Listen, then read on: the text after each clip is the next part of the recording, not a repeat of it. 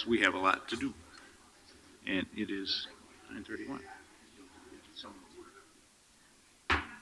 Good morning, everyone. Welcome to the December 14th meeting of the Portland City Council. Would you please call the roll? Novick? Here. Fritz? Fish? Saltzman?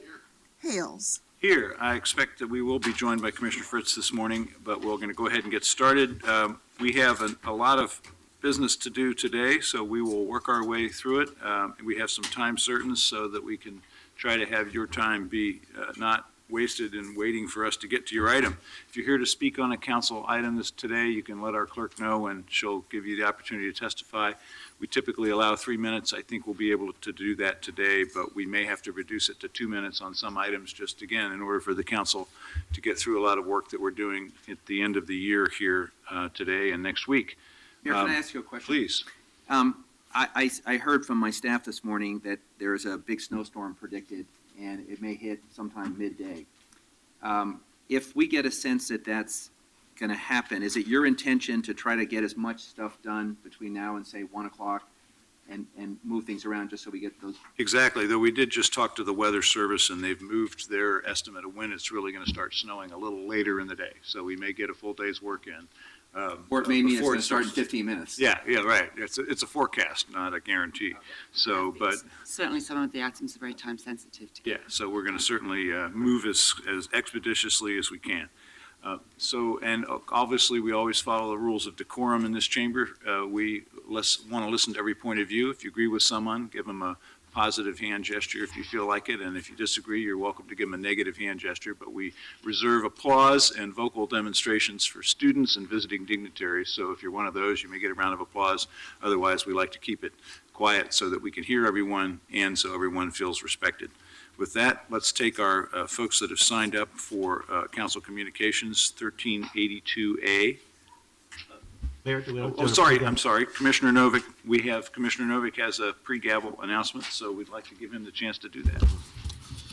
Is my mic working today? Okay. Right.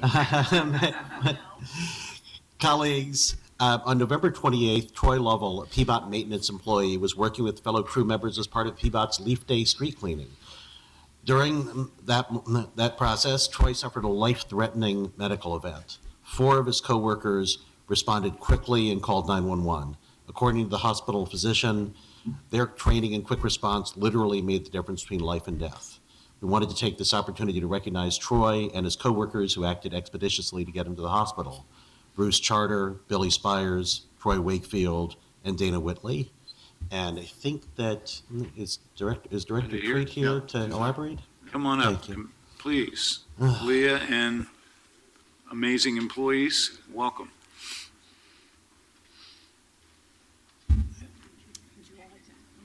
So I thank you for the opportunity. I really just want to echo what Commissioner Novick said. I am so humbled and proud by our crews at Peabot, and literally they saved one of their coworkers' lives, and that is just so worthy of your recognition and everyone else's. So with my gratitude and thanks for your job, truly appreciate everything that you do. So we make exceptions for students visiting dignitaries and hometown heroes. Let's hear it for these guys.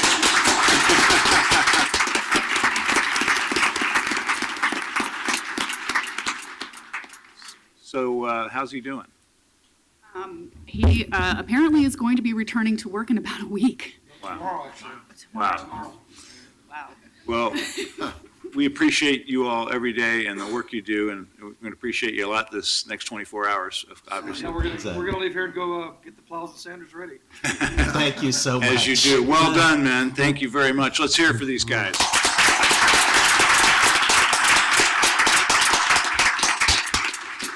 And I'd like to just mention that this is an added service that the city employees offer to our community, is that we are allowed to take CPR and defibrillation classes that the city pays for, so that it's not unusual for some of our staff who you wouldn't necessarily think of as first responders to be there when needed, and we very much appreciate that.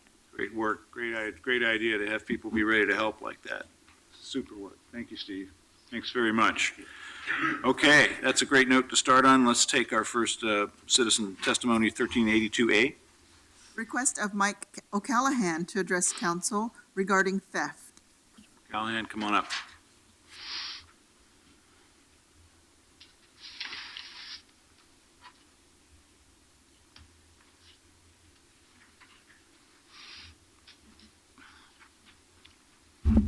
Thank you for the opportunity to testify again. You guys stole my 4th tent. Okay, number 4. And I'll give you a little history about this. It's kind of fun. If you could just remember that there are children watching at home, perhaps. Pardon? There are children maybe watching at home, so if you could keep it polite, I'd very much appreciate Okay, it. yes. Well, I'm going to give a history lesson. Okay, the French and the English were at war, battling, and the English were expected to lose, and the French developed a ploy that when they caught all these English, that they would cut off their middle finger, and thereby they wouldn't be able to use the longbow. So happened the English won. So in defiance, they developed this gesture showing that they still had their middle finger so they could still use their longbows. And to this day it continues, and the term, which I won't say, is a bastardization of a French term instead of the English. But anyway, I have a few other items on my agenda.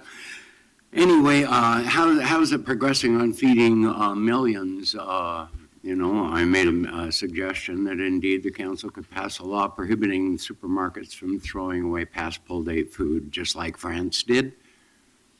All these people could get fed if you just passed that law. I suggested that about 8 months ago. Any progress? Didn't think so.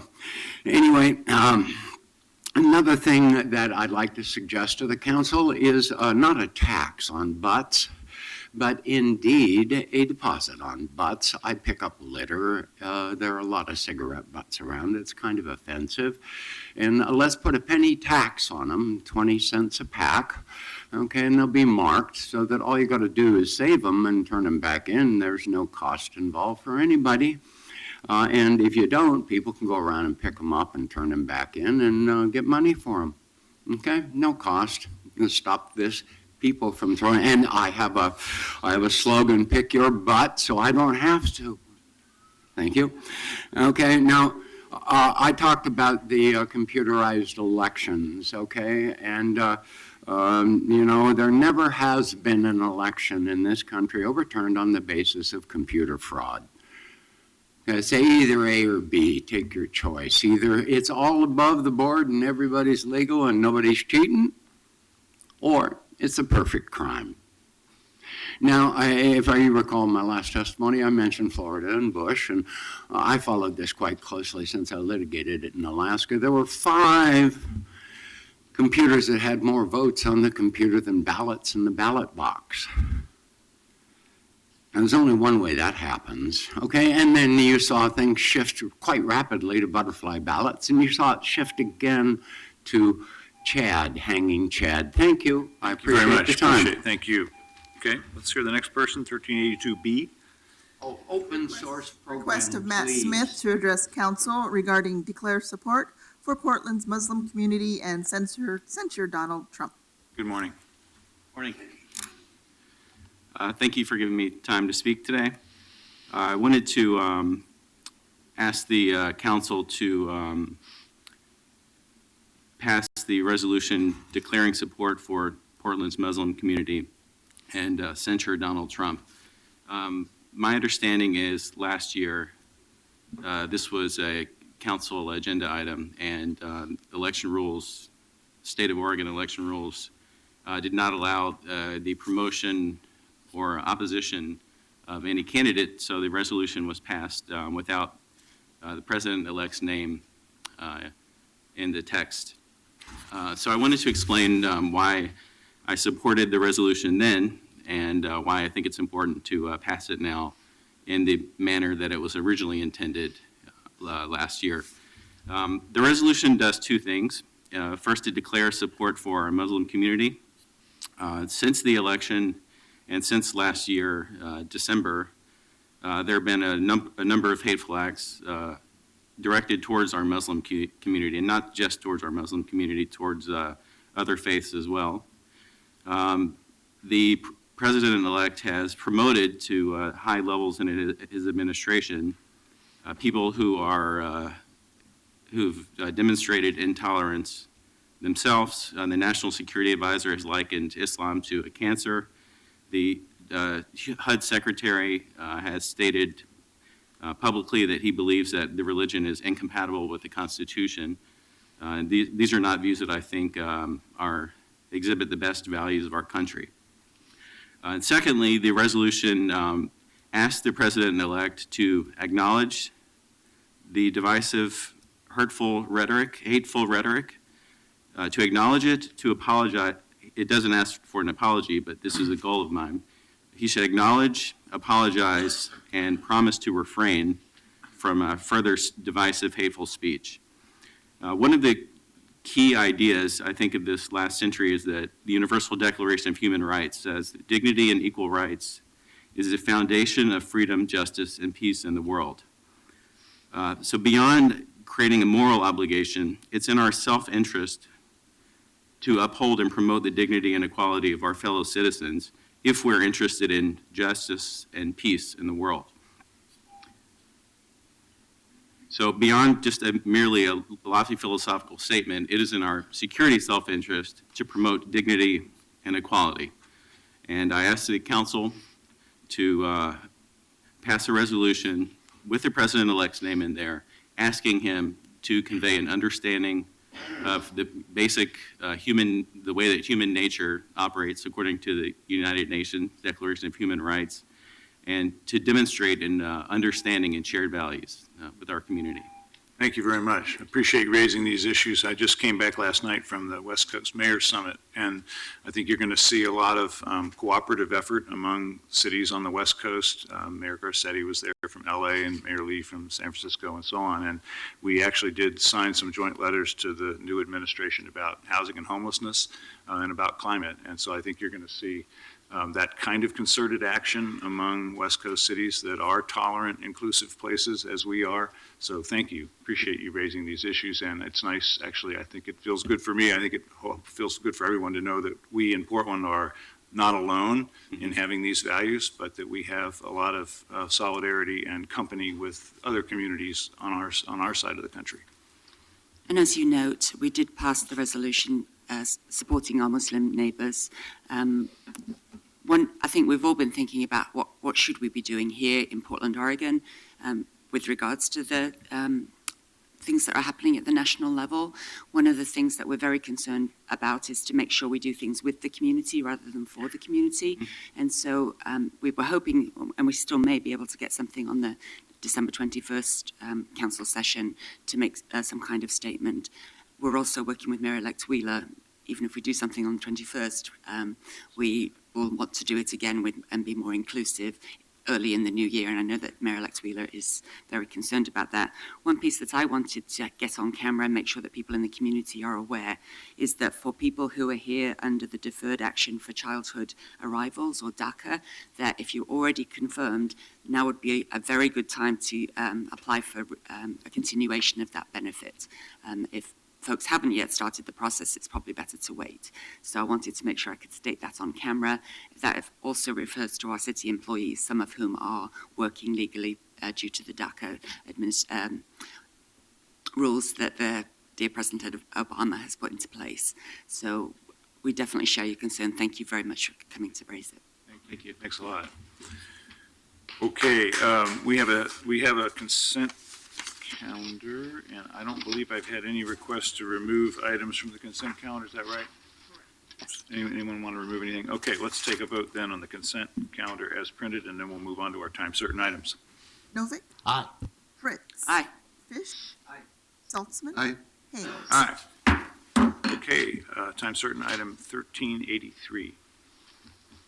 Adopt the 2017 Portland Electric Vehicle Strategy to accelerate the transition to electric vehicles and increase deployment of public charging infrastructure. Good morning. Pleased to welcome Susan Anderson, Courtney Duke, and Ingrid Fish here to talk about this work. And we also have some invited testimony coming in from the community on this.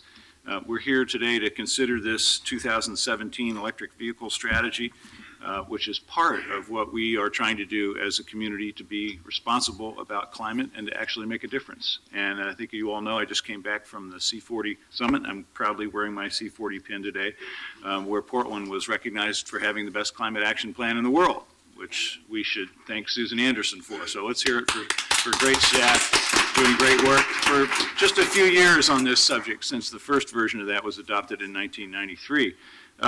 And not only are we doing the right thing and making a difference, but our brand around the world is important. The reason we're in the C40 organization is not because Portland's big. Actually, now the 90 cities in the C40 represent over 600 million people. So we're not there because of our size. We're there because of this kind of early adoption and policy leadership, and that's why we're here as well today. And our brand is a lot to do with transit and a lot to do with walkability, but also because we have been early and effective adopters of electric vehicles, including in our own fleet, where 20% of our city sedan fleet is now electric, and we're poised to increase that goal to 30% by 2020. So these strategies that incrementally keep advancing the agenda and changing how we use energy and how we relate to the climate are both important here because they improve quality of life and air quality and other things we enjoy about Portland, but they also continue our commitment to actually work with all these other cities around the world, as we are on fossil fuel exports today and on this policy, to bend the curve of what happens to our world by what happens here and in other places that follow our leadership. So thank you all for leading this work and queuing us up for an important discussion this morning. Thank you, Mayor.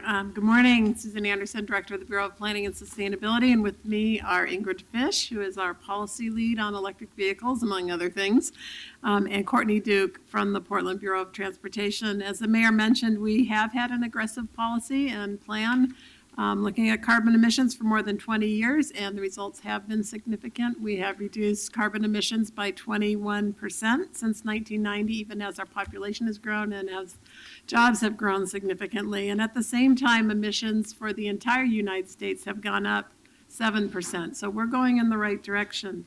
Our current climate action plan includes a goal to reduce carbon emissions by 80% from 1990 levels by 2050.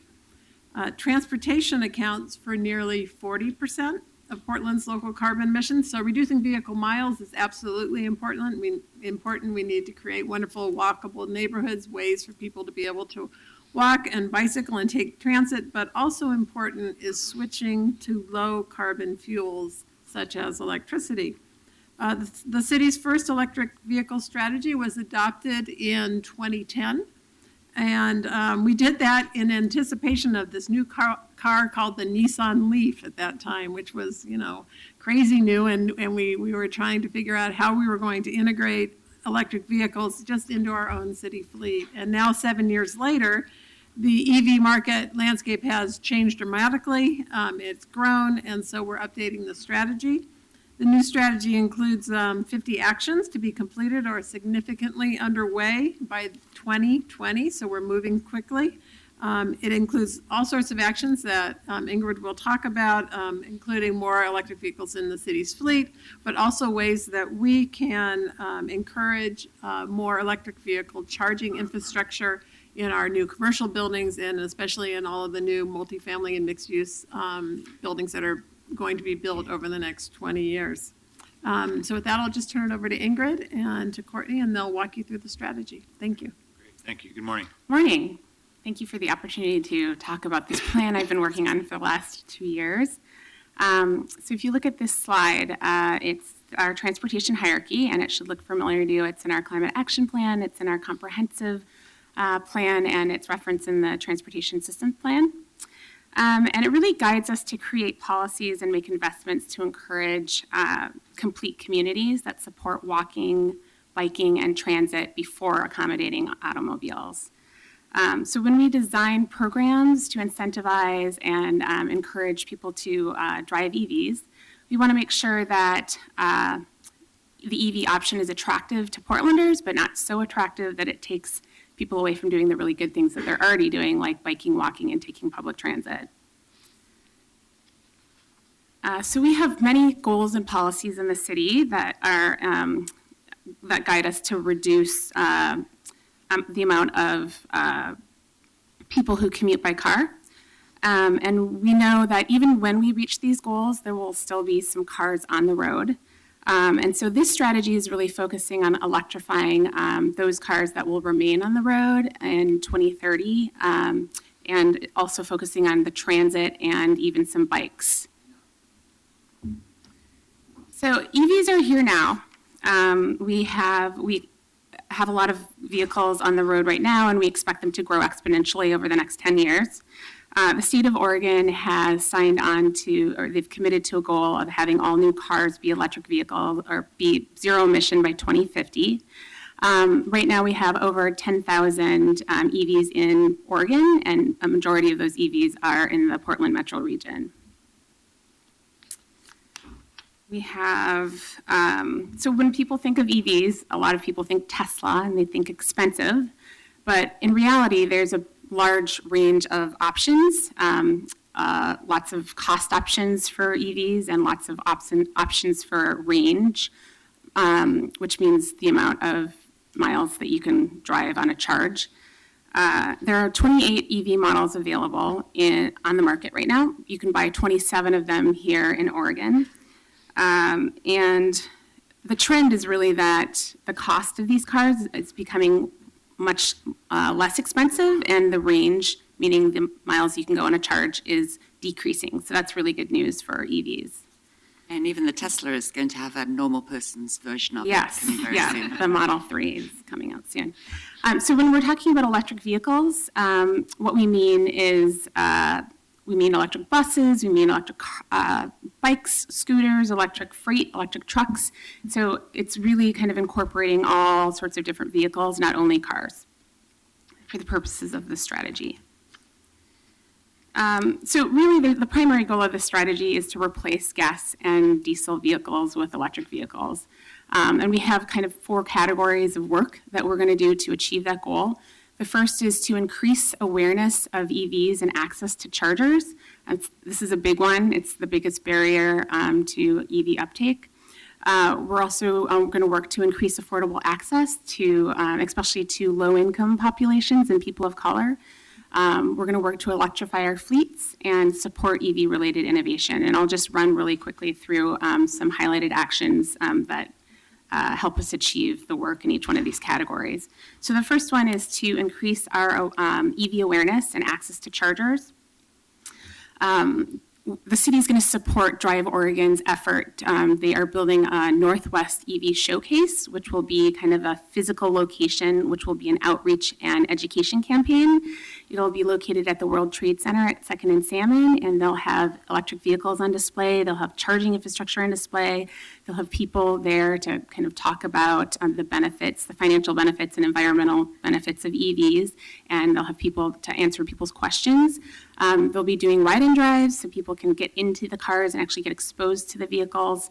And they'll have EV ambassadors, so people who own their own EVs and are excited about the cars and want to talk about how great their cars are. We'll also, the city's going to explore options to require new construction, commercial and multifamily buildings to be EV ready.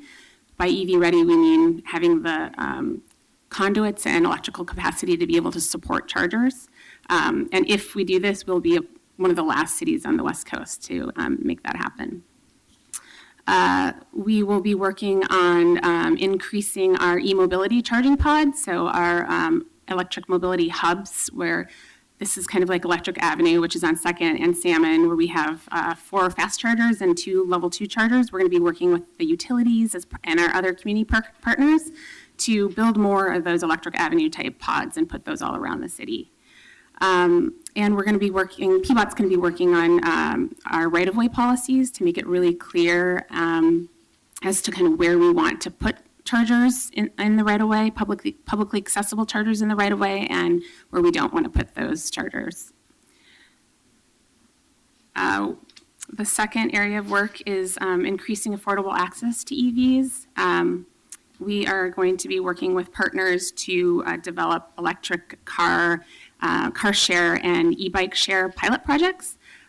Gina Scott from Hacienda CDC is here, and she'll talk to you a little bit about the project that they're doing, which is a car share project that is focused and targeted towards low-income folks. We're also working to seek funding for an e-bike loan project where we'll loan out electric bikes to women and people of color, which are the two demographic groups that have the lowest ridership for bikes. We're going to be working with Drive Oregon to do pop-up EV showcases. So like the showcase that I talked about that will be at the World Trade Center, there'll be different outreach and education campaigns similar to that all around the city, including East Portland, to kind of go beyond downtown Portland. The Housing Bureau is working on an affordable housing green building policy, and a provision of that policy will be that the city investments for affordable housing will have, those projects will be EV ready. Again, it means having the conduit and electrical capacity to be able to support chargers. We're working with partners to provide used EV bulk buy programs where people can access used EVs, in which there's a big inventory of right now, and be able to get those cars at a discount.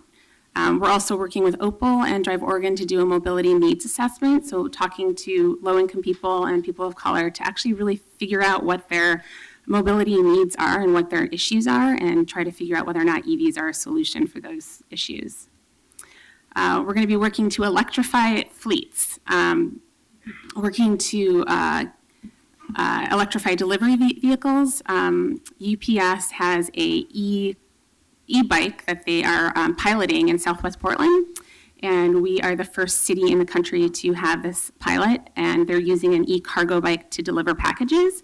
They expect to expand to the Pearl District, and we would like to encourage more companies to do this, follow their lead. As the mayor and Susan mentioned, we are electrifying our own fleet. Right now we have 20% of our sedan fleet is electric vehicle, and we want to up that to 30%. We're working with TriMet on a long-term electrification plan. They received a $3.4 million grant to have 4 e-buses, and we are encouraging them to locate those e-buses in areas of town that have high air quality issues so that everyone can benefit from the electric buses. The last area of work that I'd like to talk about is supporting EV-related innovation. We are kind of working to support electric shared mobility and trying to figure out what the city can do to incentivize car shares to be electric. Right now we have one car share company that's electric, Reach Now, and we'd like to encourage more companies to follow their lead. We'd like to continue working on our smart cities work. We developed a great proposal for the DOT grant opportunity, and we really want to kind of leverage that work and continue the momentum for that work. We're looking to seek funding for partially electrify Biketown, which would expand the boundaries of Biketown and expose more Portlanders to e-bikes.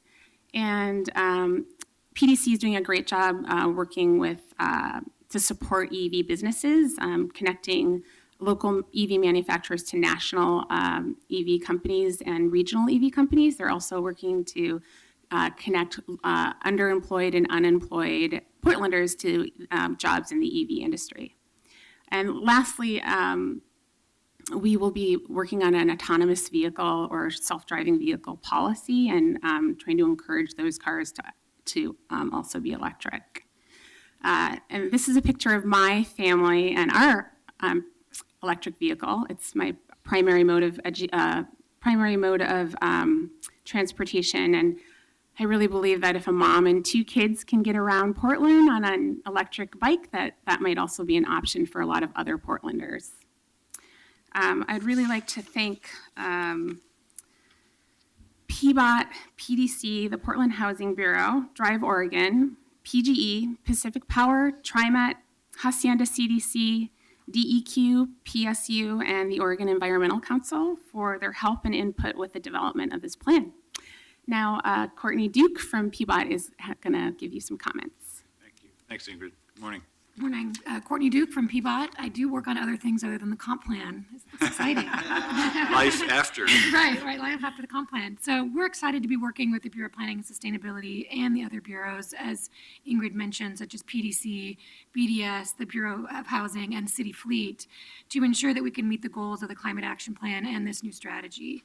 PBOT's mission, as you know, aligns well with the underlying principles of the EV strategy and the city's transportation hierarchy, also known as the Transportation Strategy, Goal 9.6 in the comp plan. We want to make sure that as we work to reduce vehicle miles traveled and encourage active transportation options, that the cars do remain on the road, as Ingrid mentioned, are the cleanest as possible.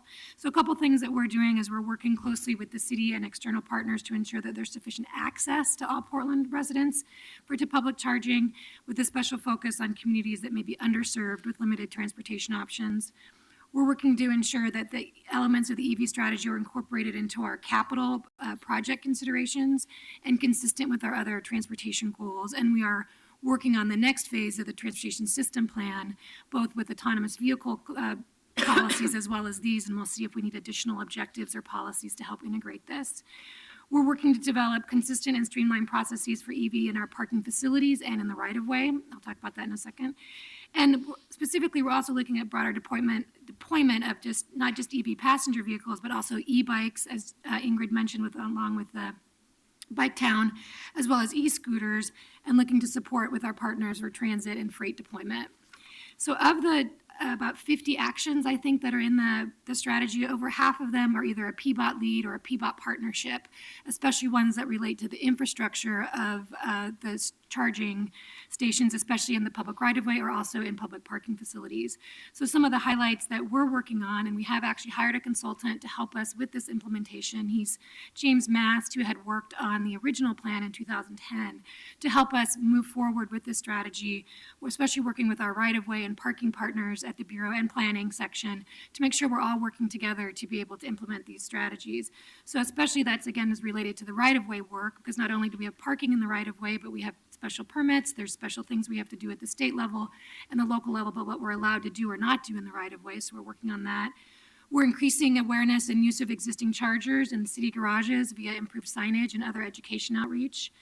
We want to integrate e-bike charging into the city's bike parking in the Title 33 code, and we already have some staff and a committee working on the bike parking code. Well, we're seeking funding for partial electrification of Bike Town, again, something that Ingrid already mentioned. And then I think, as I mentioned, we're seeking opportunities to pilot electric autonomous vehicles in Portland, and also looking at autonomous vehicle policies and objectives that was given us direction by the Portland Sustainability Commission as a part of the comprehensive plan and TSP update.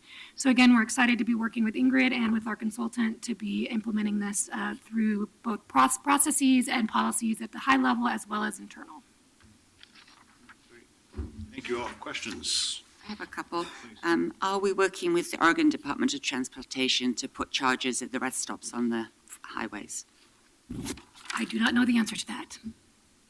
I know that there has been an effort to put charging infrastructure along the I-5 corridor, and that's definitely continuing. They have someone that's lead. He works on shared vehicles. He works on EVs and car share. Andrew Dick, and so I'm in really close communication with him, and I know that they're trying to expand the charging infrastructure. And this might be a direction just to the Bureau, to the department, rather than necessitating any legislative changes? Or should we put what I'm going for is, should we put this in our legislative priority package to make sure that, yes, you can get around Portland, but you can also get to Eugene and Ashland if you want to? We can check in with them and find out also if it's in theirs, and so we can coordinate with that, and we'll get back to you. Thank you. My second question is there a charge for charging an electric vehicle in a public spot? It depends on where, mostly yes. Right now, Electric Avenue, there's no charge to charge, but that's just because they're trying to get a franchise agreement with us, and once that happens, they'll be charging to charge. That's good, because obviously I'm appreciative of Commissioner Novick having got the gas tax passed. One of the reasons we know that we have not enough money for infrastructure is that we're going to be losing the gas tax. So although we want to encourage electric vehicles for climate change reasons, we also need to maintain the roads, and they will be making the same kind of damage on the road surface. Yep. So I'd like to see Absolutely. something added to the proposal to specifically address that. Mayor? Yes, please. This is really outstanding work. I want to offer a friendly amendment, but it's not really directed to you, it's directed to City Fleet. In the text, it says that the long-term goal is replacing 10,000 gas or diesel powered vehicles with electric vehicles. And then in terms of our piece, It's add 60 electric vehicles to our fleet and then move forward to a bigger percentage. So what that means is there's going to be a lot of money spent somewhere on these vehicles. To me, it would be ironic if we went well outside of Portland to buy vehicles that were then subject to a warranty and we had to drive a long way to have them updated and serviced. So here's the friendly amendment. Can we develop the most legally aggressive buy local program that's allowable so that we ensure that to the extent possible, we buy these vehicles from local vendors? Local vendors, after all, pay the business license fee. They are closer to our place of business. And if we're going to make this kind of investment, and if we're going to try to essentially shift the whole landscape, I would ask, Mayor, that we research the most aggressive buy local program that the law allows, so that we spend as much of this money here in Portland. That's a great suggestion. Yeah, thank you. Sounds like it's accepted as a friendly amendment, so thank you. I have a question and a similar suggestion for how you make some of these general, the 49 strategies specific, as Commissioner Fish just did. The question is about number one, which is the commercial and multifamily buildings. Do we need the state building codes division or the legislature to open the door for the city to do this, or does the city council have the authority to do this on its own? We're going to propose that as part of the Central City Plan. And it's part of the mixed use already that Okay. you. So we have the ability to do this as we did with bike parking. We don't have to ask the state to. We believe we do until challenged. Okay, I like that attitude. Okay, and then number 15, just a suggestion. It's a pretty broad provision about providing more opportunities for charging on private property. I usually take the red line to the airport for obvious reasons, but I did drive one of our EVs to the airport and noticed they've done a great job of providing charging stations in the short-term parking garage, but I don't believe they have them in the long-term parking garage. They have, I'm not sure about the long-term parking garage, but I know that they have it at the parking that you have to park and then, Remote parking. then get a shuttle in. Yeah, so there's places like that where other public agencies, if we can fill in some of the gaps like that. Absolutely. Because obviously, if Yeah, you're there big in the long-term destination parking places. garage, you'll have enough time to recharge. If you're Right. there short-term to pick someone up, you might not. Yeah. So those other agencies and, that have parking lots or parking garages, you've got the charge to go do that here under number 15, but I just noticed that particular one. So I'm sure Yep. they've already started to do the right thing. I'm sure they'd like to do more. Yep. Do you want to, on any of these, do you want to make official amendments, or can we just put this in as part of, because this is a resolution? Do you Yeah, want us to since just it's a put these as part resolution, of- I think you've got a sense of the council in terms of how you Right. carry this Great. out. I don't think we have to change the words on the page, but certainly the buy local direction and find more agencies, whether it's ODOT or the port, to implement, are certainly what we want to see you do. So what are we doing to encourage gas electric vehicles, hybrids? Hybrids? We like hybrids. I think in a lot of ways they make sense depending on kind of what your use is for the car. In terms of our goals for city fleet, we do include hybrid electric in that goal. We understand that it makes sense in some instances. I think that the trend is going to kind of go towards more all electric, but yeah. As the range gets better. It's included in our definition of what an electric vehicle is. Yeah. And I would suggest that it's got a built-in incentive because of the gas. You have to occasionally fill up with gas, so the fact that you're not doing it as often or having to put as much gas in, I think for our families, very much a financial incentive. Right. Okay, thank you all very much. Great work. We've got a panel to follow your presentation here. Jeff Allen from Drive Oregon, Charlie Alcock from Portland General Electric, Corey Scott from Pacific Power, and Gina Scott from Hacienda Community Development Corporation. If you're all here, come on up, pull up another chair if you need a fourth chair. If there's one free there might be. Charlie, would you just grab one of those loose chairs in the front row there? Thank you so much. Put you to work. Thank you. Welcome. Good morning. Good morning. So I guess we can go in the order You called Whatever us. order you'd That like. works, Mr. Mayor. Mr. Mayor, members of the council, my name is Jeff Allen with Drive Oregon. If you don't recall, we've been in front of you a couple of times, but we're a nonprofit working to grow the electric vehicle industry and promote transportation electrification.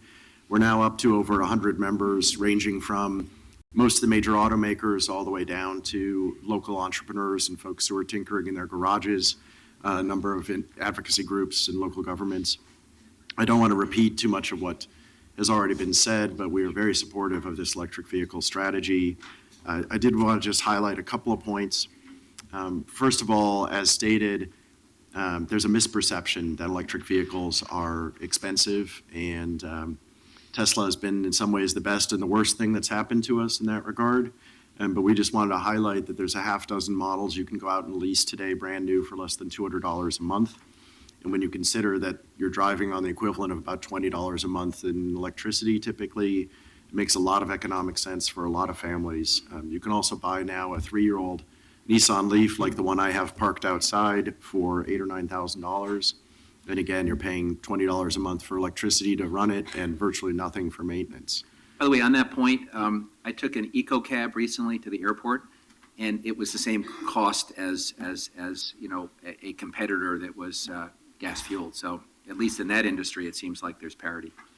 That's exactly right, and you know, their business model is based on the fact that it's much cheaper to operate an electric vehicle. It's the equivalent of running on $1 a gallon gasoline, and even though gas prices have dropped, we're not down to $1 yet.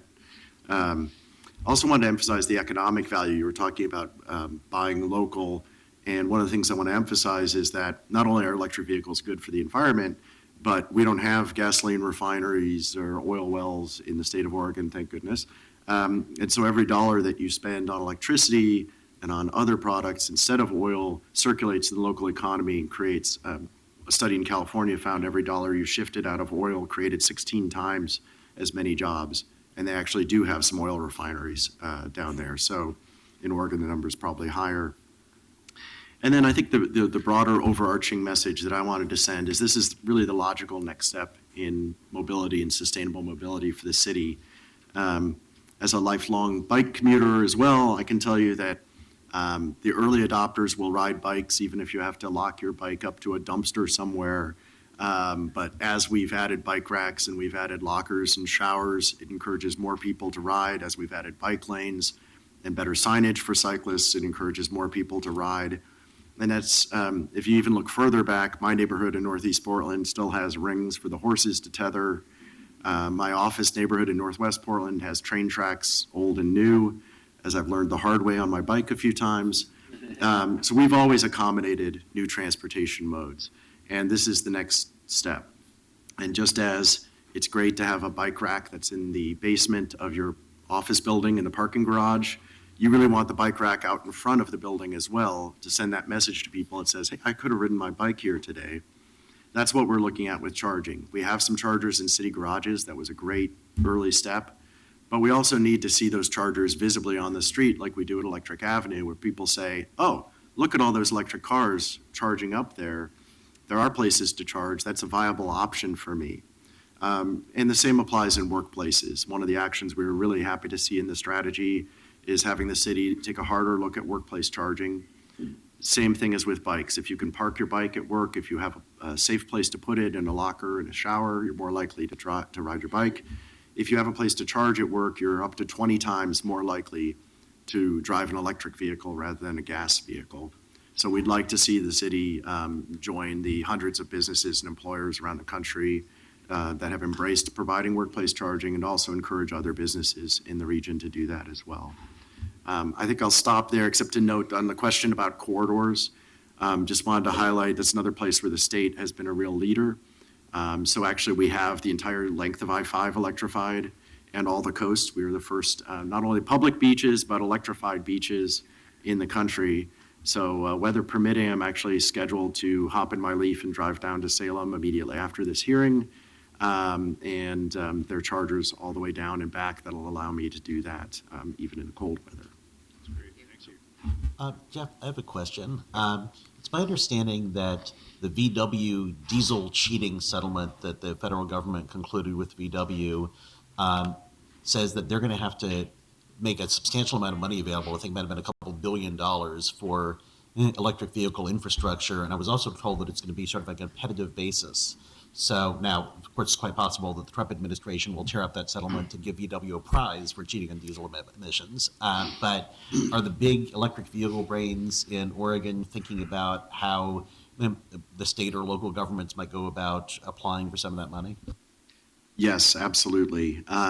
Folks at this table and others have been talking with each other and with Volkswagen and with our neighbors up to the north about just that. And it's about $2 billion over 10 years. $800 million of that goes straight to California, which leaves $1.2 billion over 10 years. So it's about $120 million a year in 30-month tranches. So the first pot is only about $300 million only. Our understanding is they're going to focus that in a few key corridors and a few key metro markets. And you can be certain that we are making the case that Portland needs to be one of those metro markets. And I think having things like this plan in place, things like the showcase that we're working to open in the next few months downtown are going to position us to be in a better competitive position for some of those funds. Great. Thank you very much. I'd like to go next. Charlie, good morning. So, Mayor Hales and members of the council, on behalf of PGE, I'm Charlie Alcock with PGE. I want to commend the city for this electric vehicle strategy that's calling upon many city bureaus to work together with community counterparts and stakeholders to make this vision come to reality. There are many benefits of transportation electrification. It's been mentioned here before by many folks, but again, the low cost of operating these vehicles, the lower carbon emissions. One of the things that has not been mentioned is that these vehicles are much quieter. So as we move into garbage trucks and other vehicles like that operate in more dense neighborhoods, there is the noise emission reduction as well. They use energy sources here that are produced locally. And as a electric vehicle driver for the last 6 years, I can attest that these are also very fun vehicles to drive.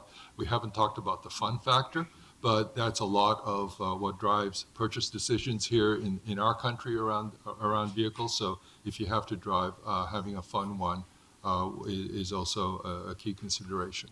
So I think the idea is we want to bring all these benefits and make them available to as many of our citizens as possible so that everybody can enjoy them. And that's really the strategic priority for PGE.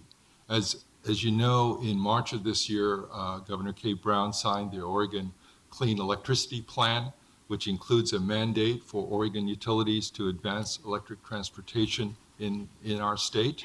And later this month, PGE will be submitting, along with Pacific Power, a plan to the Oregon Public Utility Commission to comply with this new law. And many of the initiatives that we will be including in our plan will support the goals in the city's strategy for electric vehicles that is before you today. So this is the collaboration that we have been doing. There have been many, many conversations that have been going on with your team and with your staff and other stakeholders. So this is really a team sport and a team approach that we are using to move this forward. We'd like to work together with the city and TriMet to clear the way for public charging stations and electric buses running on our streets. We want to collaborate with businesses, with employers, and home builders to make sure that people have access to charging, either at work or at their homes. We want to work with community groups to make sure that these resources and access to these resources and this technology is available, and the benefits of electric transportation and clean air is something that everybody can do. We have been a leader in Portland and in Oregon on electric transportation. And along with this leadership, we need to continue to embrace innovation. We're not going to get this all right every time. I think the secret here is that we try new ideas, we learn from our experiences, and quickly iterate and get better as we go along and implement the strategy that we have in front of you. And working together across the many stakeholders, and the Portland region is a bi-state region, It involves a much broader group than just the city. So working together collectively to make a system work, I think is really what this vision is really all about as we look forward to the future. So thank you very much for the opportunity to speak this morning. Thank you. Appreciate you as a partner. Thank you. Scott, welcome. Thank you. Good morning. My name is Corey Scott. I'm the Director of Customer Solutions at Pacific Power. Part of my responsibilities there include Pacific Power's initial efforts to help enable and accelerate transportation electrification. Thank you, Mayor and Commissioners, for the opportunity to speak today in support of the transportation electrification efforts here at the city. We're, without trying to repeat a lot of what's already been said, where this makes sense, there's a lower cost to operate, fewer emissions than traditional fuel vehicles, and Pacific Power and the city are well aligned in our joint commitment to increase transportation electrification as part of a clean energy future. I do want to thank the city and Ingrid Fish in particular for a very thoughtful and robust process around the city's EV strategy, and we look forward to being a part of the policy and implementation process. Following up on comments from our colleagues at PGE, we're also preparing plans to file our initial vehicle electrification programs in the state, which will be filed by the end of the year. We think they align well with the policy we're talking about today, or the EV strategy we're talking about today. 3 points in particular I would make in that regard. The first is building awareness and educational resources. We heard it over and over through our stakeholder process that that's a place that utility can play an important role, and certainly a place we hope to do so. Forming partnerships that enable innovative and community-driven projects, and I would say the balance there is there's a lot of players in this market, including money that will come in from Volkswagen and our partnerships with the folks at this table. And so offering some flexibility through our program to make sure that we can enable thoughtful projects that coordinate across all of these various movers in the market. And finally, helping to increase access to a robust network of publicly available charging equipment. We'd also like to express support for the city's focus on equity and increasing access in underserved communities. We've recently announced a partnership with the city, Hacienda CDC, who you'll hear from, and Drive Oregon to test an electric vehicle sharing program for affordable housing. We look forward to the opportunity for these continued partnerships in this area and an overall focus on making electric transportation available to all.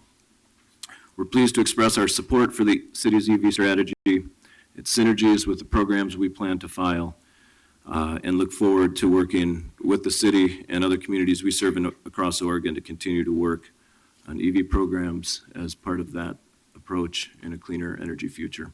Thank you. Thank you very much. Ms. Scott, good morning. Hi there. My name is Gina Scott. I'm the asset manager at Hacienda CDC. Pull your microphone over. Sorry. There you go. A little closer. There you go.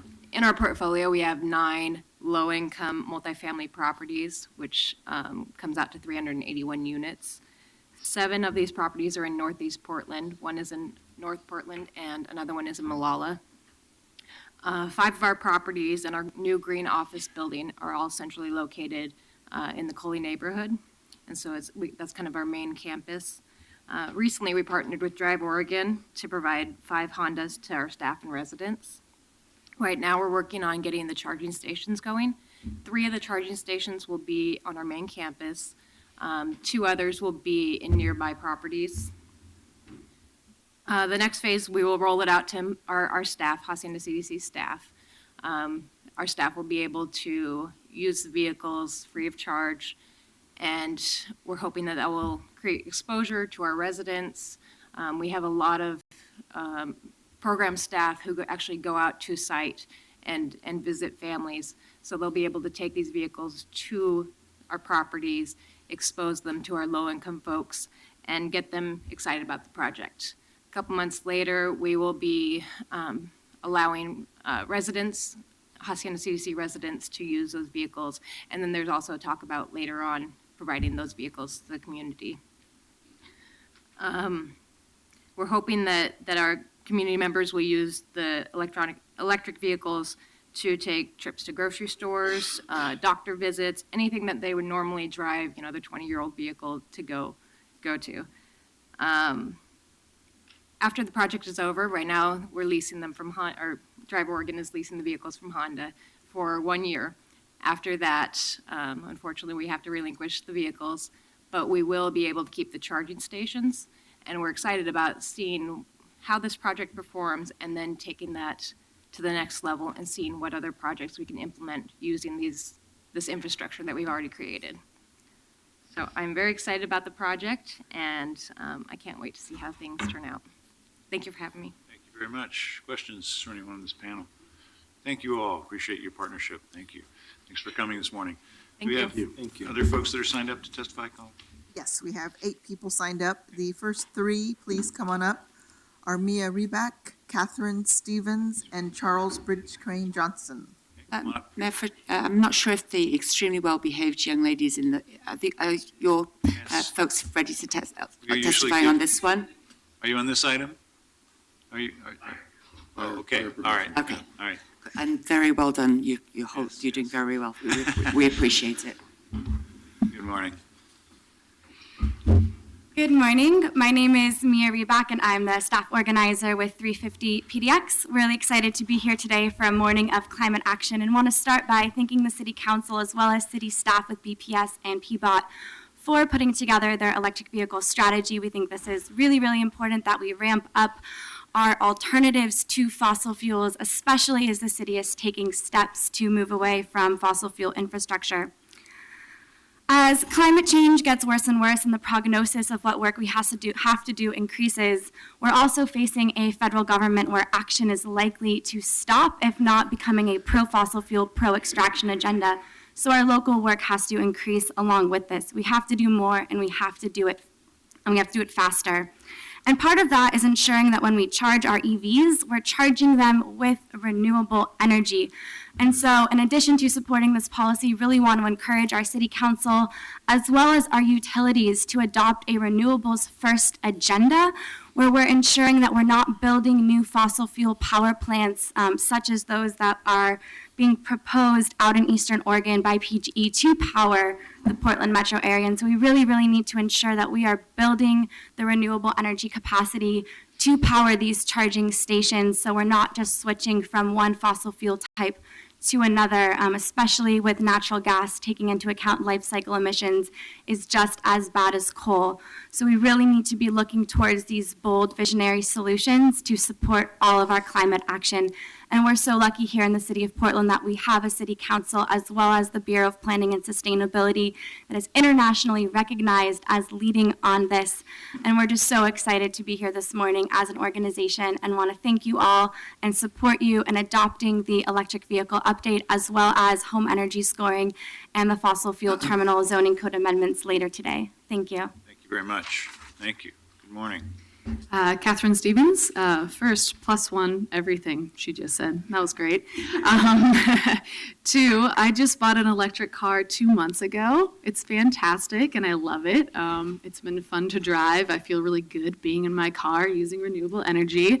But it's kind of like a video game in that you get sick or you get an injury, you have to look for an antidote or something, and so you're constantly watching your life drain out and you're panicking because you don't know if you're going to be able to find that before you lose your game or get to the post office before it closes. So I really want to encourage there to be more charging stations, because that's been hard to deal with, and this is a fantastic route our city's going. So thank you for considering making more EV infrastructure. Thank you. Good morning. Good morning. For the record, Charles Bridge Crane Johnson. And, these are, it's easy to overlook the importance of this in the light of the fact that the leading nominee for Energy Secretary is Rick Perry, and Rex Tillerson, now the national foreign policy of the United States, is going to become oil baron expansion and zones of influence for oil companies. So if we're not going to kill off our children or the upcoming generations with catastrophic climate change, as the mayor pointed out, we need to have resilient cities moving away from fossil fuels. And there's an important tie-in here that really hasn't been discussed enough, and that's air quality.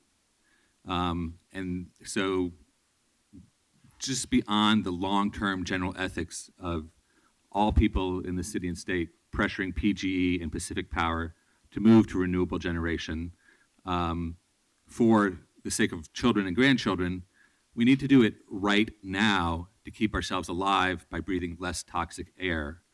And the city also needs to be mindful of how it's going to firmly commit to and work with the state to build powerful and effective local air quality unit systems so that when we're here next year celebrating the funeral of the Environmental Protection Agency, we'll still have regional things like California's air quality system that will not have average income and poor people breathing toxic air and not being able to get health care because we might not have that either.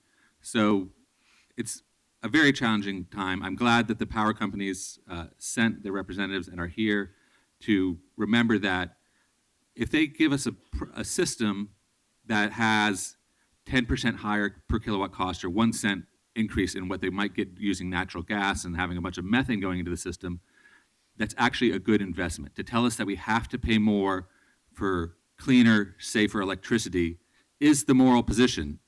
Putting Rex Tillerson and Rick Perry in the cabinet is not a moral position. It means that we all really need to not just be scared of Hitler, but learn how he staffed the Reichschancellery. Thank you very much. Thank you all. Thank you very much. Next three are Adrian Russell Falla, Janice Thompson, and Matthias Quackenbush.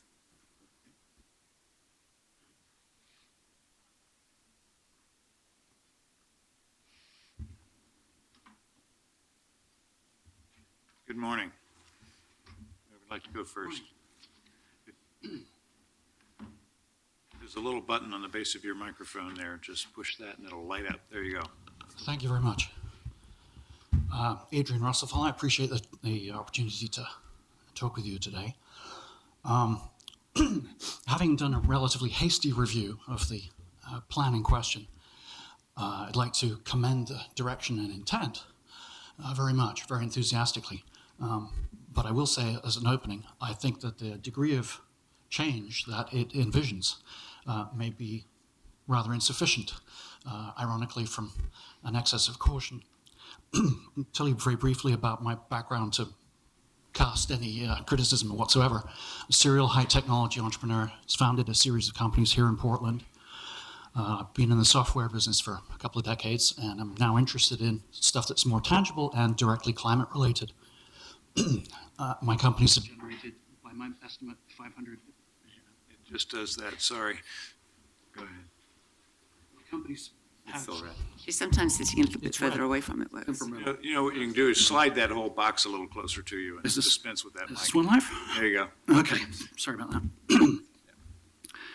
So my companies have generated, by a rough back-of-the-envelope estimate, about 500 employee years so far of good jobs and good taxes.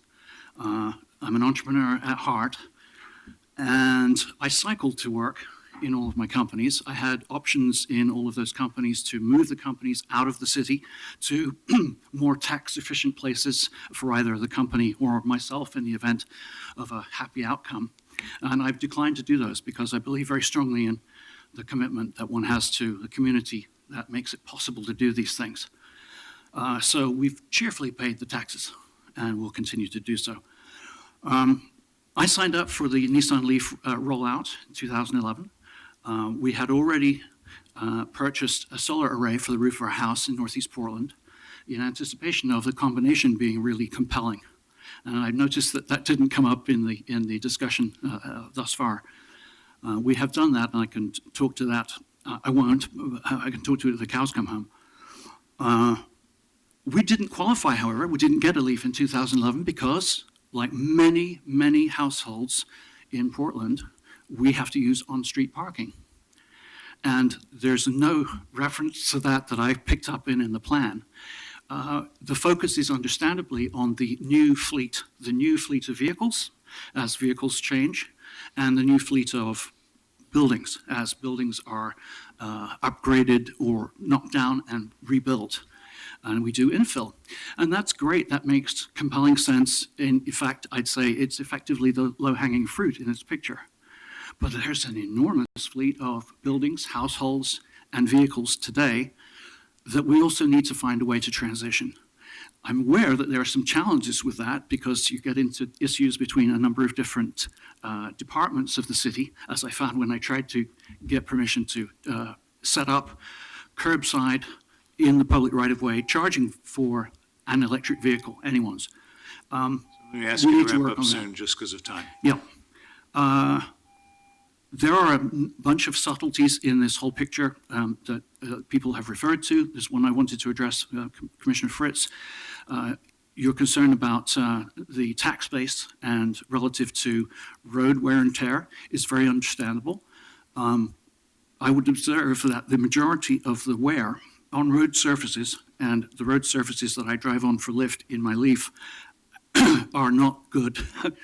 It's mostly due to heavy vehicles. If you talk to a road engineer, they'll explain that individual private cars make very little difference at all. It's all the heavy trucks.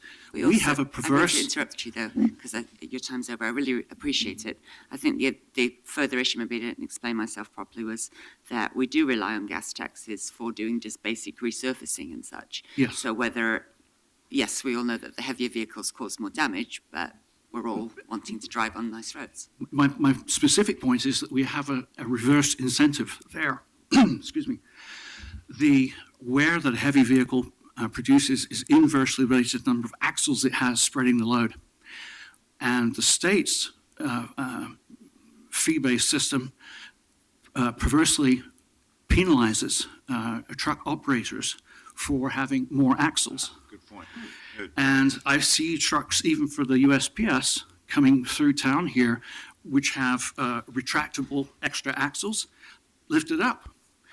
It would not be difficult for me to imagine, anyway, from my side of the table, that the city could actually do something which systematically incented truck operators to put those extra axles down when they're in the city. We'd save money from that. I see our staff writing all this down, so thank you very much. We'll look into it. Thanks so much. Appreciate it. Good morning. Hi. My name is Matthias. I'm a resident of the Hosford Abernathy neighborhoods. I don't drive. I ride my bike and take public transit, but I, like all Portlanders, definitely have a really strong stake in this. Air quality is a huge issue, for one thing. Asthma, for example, disproportionately affects low-income communities, communities of color. In my work as an intern with Multnomah County last year, I learned a lot about how asthma is one of the huge contributors to chronic absenteeism among children of color especially, which just drastically increases the already pre-existing performance disparities in school as a function of those factors. As we all know, recent federal level developments have made it all the more essential that we as a city take leadership in the transition away from our nation's and our species' short-sighted and ultimately suicidal reliance on fossil fuels. Our achievements today are impressive, but we can't rest on our laurels. As a Portland resident, I support you all in voting to support this strategy in conjunction with a broader statewide transition to an exclusive reliance on renewable energies sources to power these vehicles. Thank you. Thank you. Good morning, Janice. Janice Thompson with CUB. Our energy testimony in Portland is usually given by my colleague Samuel Pastrick, but we work as a team. He's unavailable, so I'm here this morning. The backdrop for this discussion is that greenhouse gas emissions from plants generating electricity are, this is a good thing, are going down. And they're actually now less than greenhouse emissions from the transportation sector. So CUB has long supported EVs, but this trend of the greenhouse gas emissions from the transportation sector being the major growing concern, it just bolsters our advocacy for EVs, particularly within the utility regulation world. That work has garnered national attention. For example, this fall, our executive director spoke at a national meeting of public utility commissioners. In Oregon, CUB was a key player in the coal transition legislation, in large part because we kind of oftentimes serve as a bridge. We understand the world of utilities as well as the climate change policy strategies. And I mention that because one element of that coal transition bill is for utilities to file transportation electrification plans with the State Public Utility Commission, or PUC, and we've been involved this year in rulemaking governing the development and evaluation of those plans. I've no doubt that BPS staff are also tracking that PUC activity, but I want to highlight it because that's a venue that provides CUB an opportunity to push utilities to integrate the use of EVs in ways that support the electric grid, as well as reduce costs for all customers. I mean, obviously, there's cost advantages for those individual customers who buy EVs, but I think there's system-wide benefits, so it's really kind of benefiting all of us. One example is how recharging cars at night might balance with wind energy patterns. And the City of Portland's EV efforts, could well help meet these, support the grid, reduce costs for all customers' goals that CUB has, and we anticipate following up to explore ways in which Portland's efforts could be synergistic with CUB's work on transportation electrification in the PUC arena, and urge a yes vote. Thank you very much. Thank you all. You have a couple more? The last two signed up are Patrick Corrigan and Joe Walsh. Come on up, please.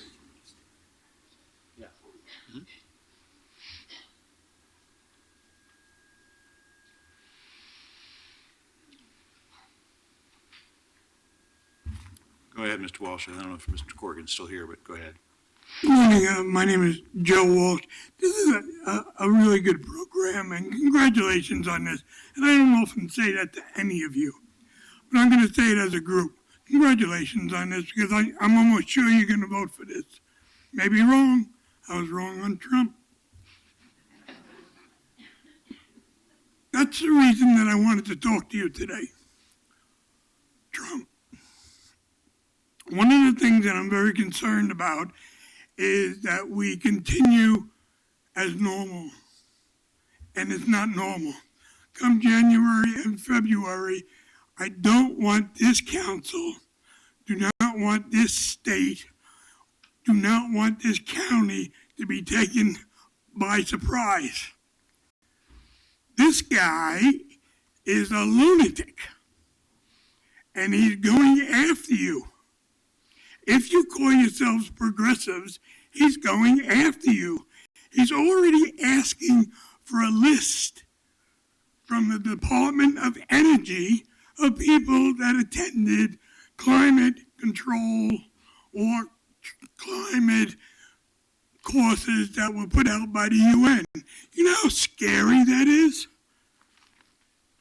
My concern are two things. Number one, just as an old Boilermaker, I always see the source of the energy. Where's the source of your charging for your electric cars? Is it going to be oil? Is it going to be coal? Is it going to be gas? Because you must have a source. And as you increase one end, you're going to increase the other. That's my fear. With this administration coming in, they think, and they're going to convince a large majority of Americans about a thing called clean coal. There's no such thing. If you hold coal in your hand, it'll kill you eventually. It'll just eat you alive.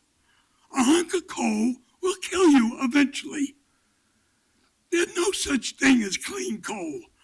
But this guy is saying it. The President of the United States in January 20th will say it. My God, I urge you, the three of you that remain on this council and the two that are coming, you have to prepare for this guy. You have to put monitors out, and you have to say, what is the air quality? We need to know Division. We need to know Burnside. We need to know Gleason.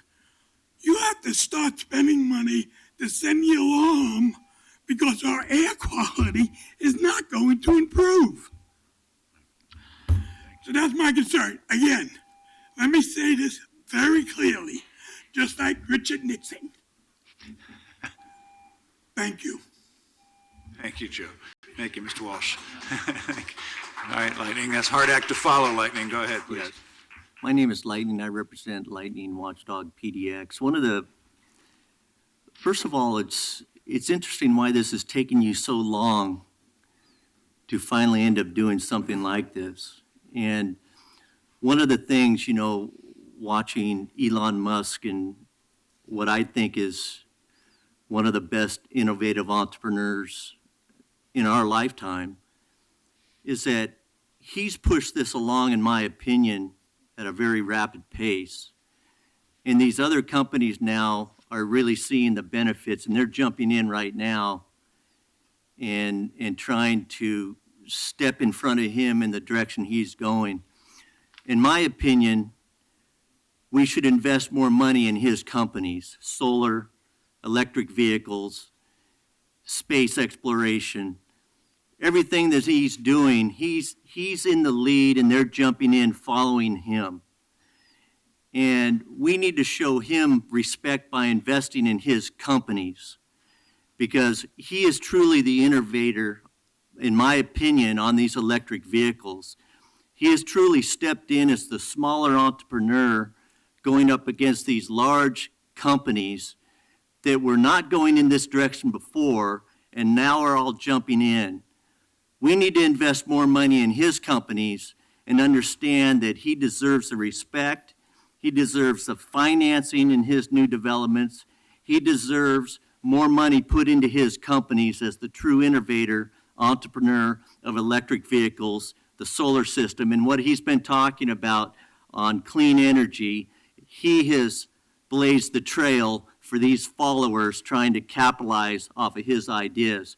Issue number 2, on autonomous vehicles, I think we need more discussions on this. I think we need to have an understanding what's going to happen within the central city itself. I think we need to talk to some of these larger companies, either Google, Uber, some of these larger people that can come in and buy the exclusive rights to the central city for autonomous vehicles, and to have them put a number down on the table for that right. We need to also balance, like you were saying, on the gas tax itself, knowing that this will begin to decrease at a rapid pace. And again, like I've stated before, I want to see more investment, more dollars going into a company such as Tesla. And as far as on President Trump, I agree with Bill Gates. Let's give it some time. Let's see what direction he's going to go. Give him a chance. And remember, a lot of this stuff up to this point was rhetoric. Now it's time, when he gets in the White House, to get down to business and make some serious positive changes for the United States. Thank you. Thank you. Thank you very much. I think you wanted staff to come back up, Commissioner Fish. Yeah, come on up, please, Courtney and Ingrid and Susan. Had a question from Commissioner Fish wanted to respond to.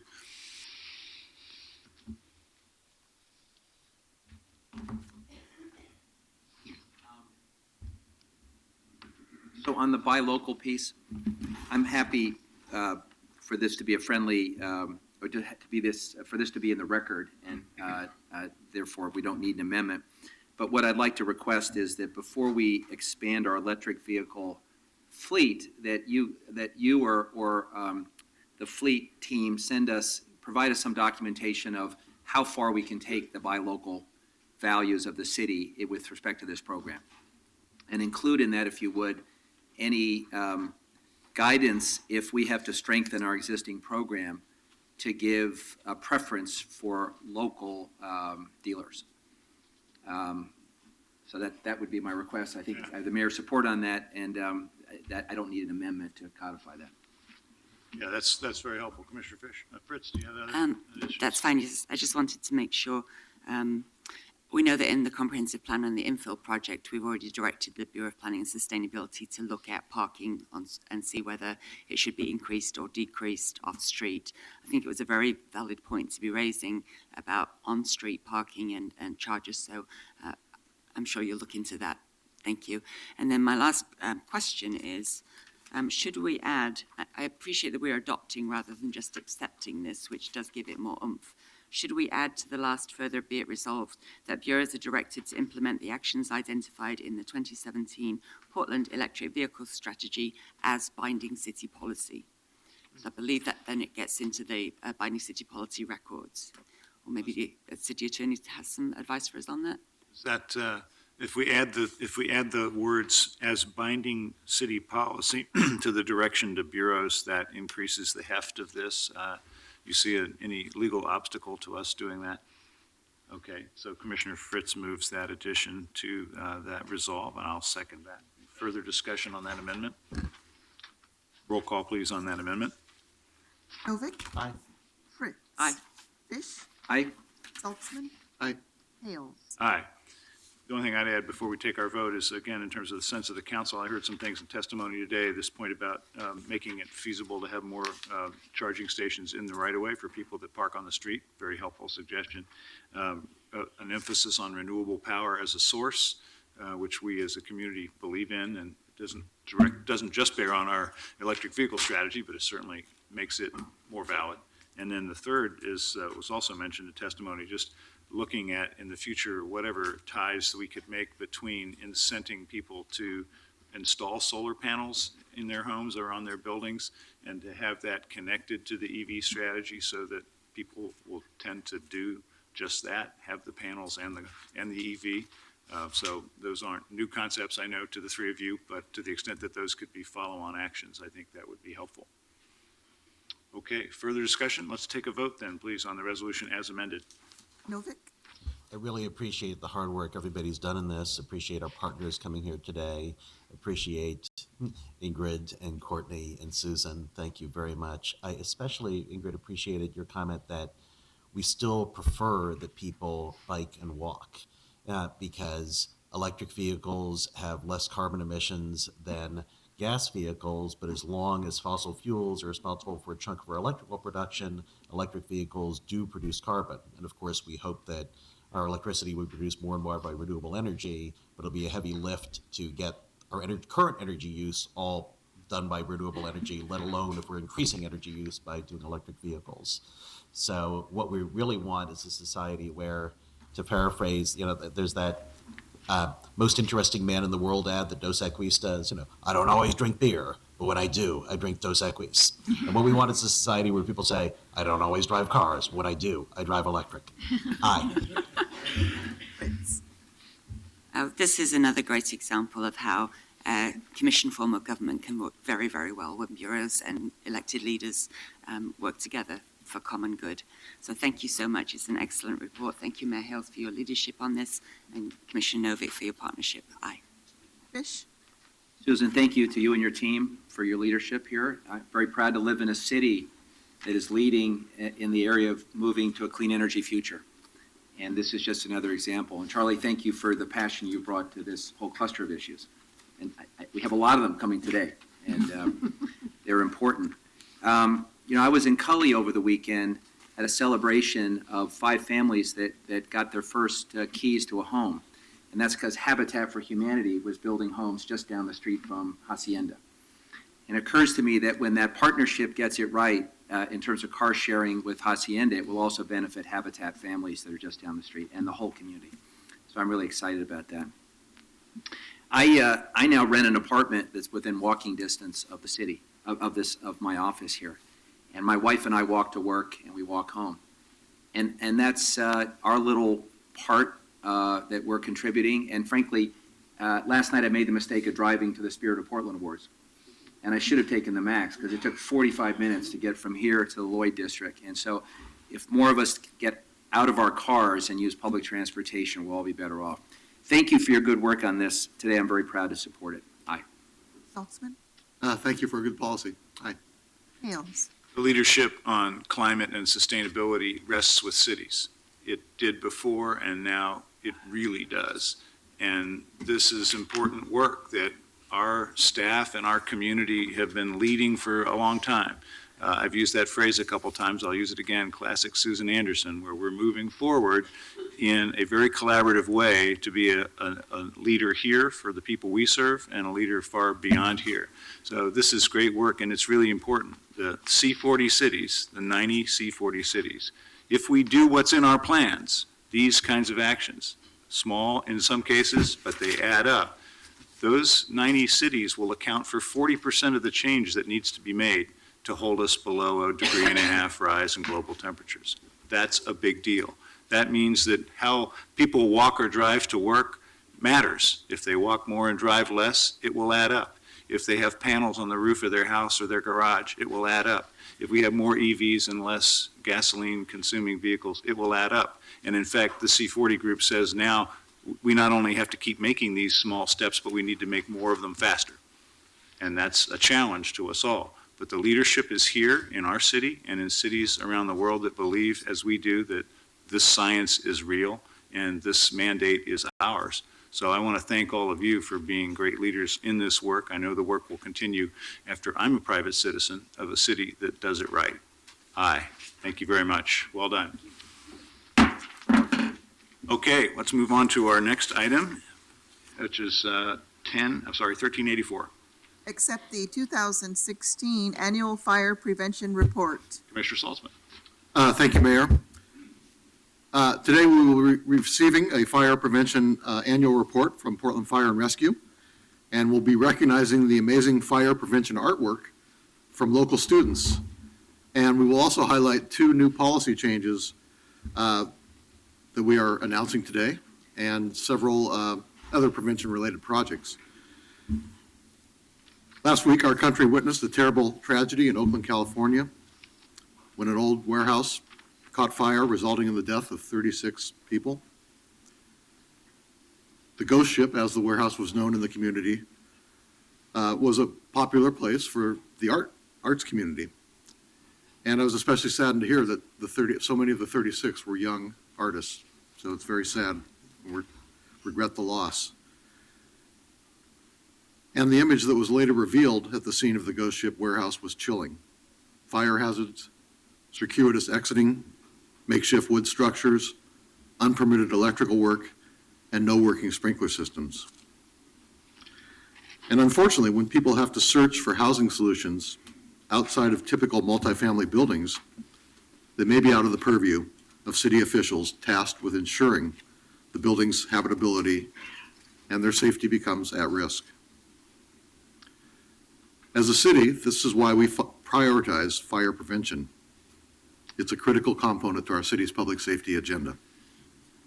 And while I am very confident that our fire and building code officials are doing the most to prevent these tragedies from occurring, we remain committed to reviewing our current practices to close any potential loopholes, work with vulnerable communities to understand the challenges they face, and to ensure that our policies are doing the most to protect life and property in our city. In 2014, shortly after I became the fire commissioner, one of my first actions was to bring an ordinance to council, which we passed, that required sprinklers in all nightclubs. It's an issue I remain deeply passionate about. Today, we are announcing a new policy change that will fix what we believe is a loophole in the original ordinance. And we will begin requiring that special event permits in large occupancy venues, such as warehouses, must have working sprinkler systems. This is an effort to reduce larger events in old warehouse-type buildings that are potential fire hazards. And the second policy change will create more consistency in who is responsible for maintaining smoke alarms or fire alarms and testing and specifically ensuring that landlords are doing their due diligence in testing and maintaining these alarms. In the city last year, 2 of the 3 fire deaths that you'll hear more about were a result of malfunctioning smoke alarms. So beginning in January, Portland Fire and Rescue will set the precedent with landlords in our city that they are responsible for keeping and maintaining records indicating when smoke alarms are tested, and it really is the landlord's responsibility to make sure that those smoke alarms and fire alarms are in good working order, not the tenant's responsibility. I believe this is an important and much needed change to the way we conduct inspections, and is a responsibility we should expect from property owners in our city. So, as I said, we'll be recognizing some artwork, but before we do that, turn it over to Chief Myers, Fire Marshal Nate DeCara, and Senior Fire Prevention Specialist, Kim Cosmas, for more information. Good morning, welcome. Good morning, Mayor, Commissioner. Thank you for the excellent introduction. And Commissioners, Mayor, for the record, Mike Myers, Fire Chief for the City of Portland. Just want to take a couple of moments, set the tone for some of the discussions today for the prevention report. I've been the Fire Chief now since, July 1st of this year, so almost 6 months' time. And during that 6 months' time, there's been a couple of things that have come to my attention as I've just reviewed the department structure, some of the strategic planning objectives that we have as a department. During that time in that review, I found a couple of areas where I think we have opportunities for improvement. And over the last 60 days or so, we've done 90 station visits, over 100 independent site visits, gathered over 400 items of information, dozens of performance metrics and performance measures. As we've discussed, opportunities to increase the potential of this organization and really drive home a new, more aggressive strategic plan. So we were taking the current strategic plan that was adopted just a few months before my arrival. We're going to keep all of that information that we've gleaned off of that. It's good stuff. It's about a 30,000-foot view of an organization. It gives us a good North Star look at where we need to go. But in my estimation, we can be stronger. We have more potential to give. There's more opportunity for achievement within this organization, and we need to push harder and farther than what we have before. So many of those efforts are lined all over the organization, but many of them reside right in the prevention line of business. And I'll give an opportunity for Chief Takar to talk in just a minute about that report and some of the things that they're going to be doing. But I want to set the tone for a couple of world-class goals that we have going forward. The goal of the new strategic plan that we're developing today, that I hope to present to you in the next couple of months, is going to take us from January of 2017 to January of 2020, a 3-year strategic plan that'll put us from where we're at today, a snapshot in time, to world-class. Our goal is to be world-class, Portland Fire Rescue to be a world-class fire department by January 2020. It's aggressive, it's bold, but I believe it can be done. Prevention is broad. It is a lot of prevention effort detailed right to the public health threat and the social health determinants that affect our communities every day. We can't forget, however, there's always a consistent fire danger. And regarding fire prevention and the goals for fire-related deaths, we're going to make a very bold statement here today, one that will reside on that strategic plan, and that is a commitment by January 2020 that Portland Fire and Rescue has 0 civilian fire deaths every year. 0 civilian fire deaths. It is an 0 fire deaths. extremely bold goal. Never been done here in the city of Portland before. We've always had on average 5, 6, 7, 8 average civilian fire deaths every year. But I've been in an organization this large where you can get to 0 citizen fire deaths, and it can be done. There's just a way you have to do it. So we're going to push hard. It is a bold goal.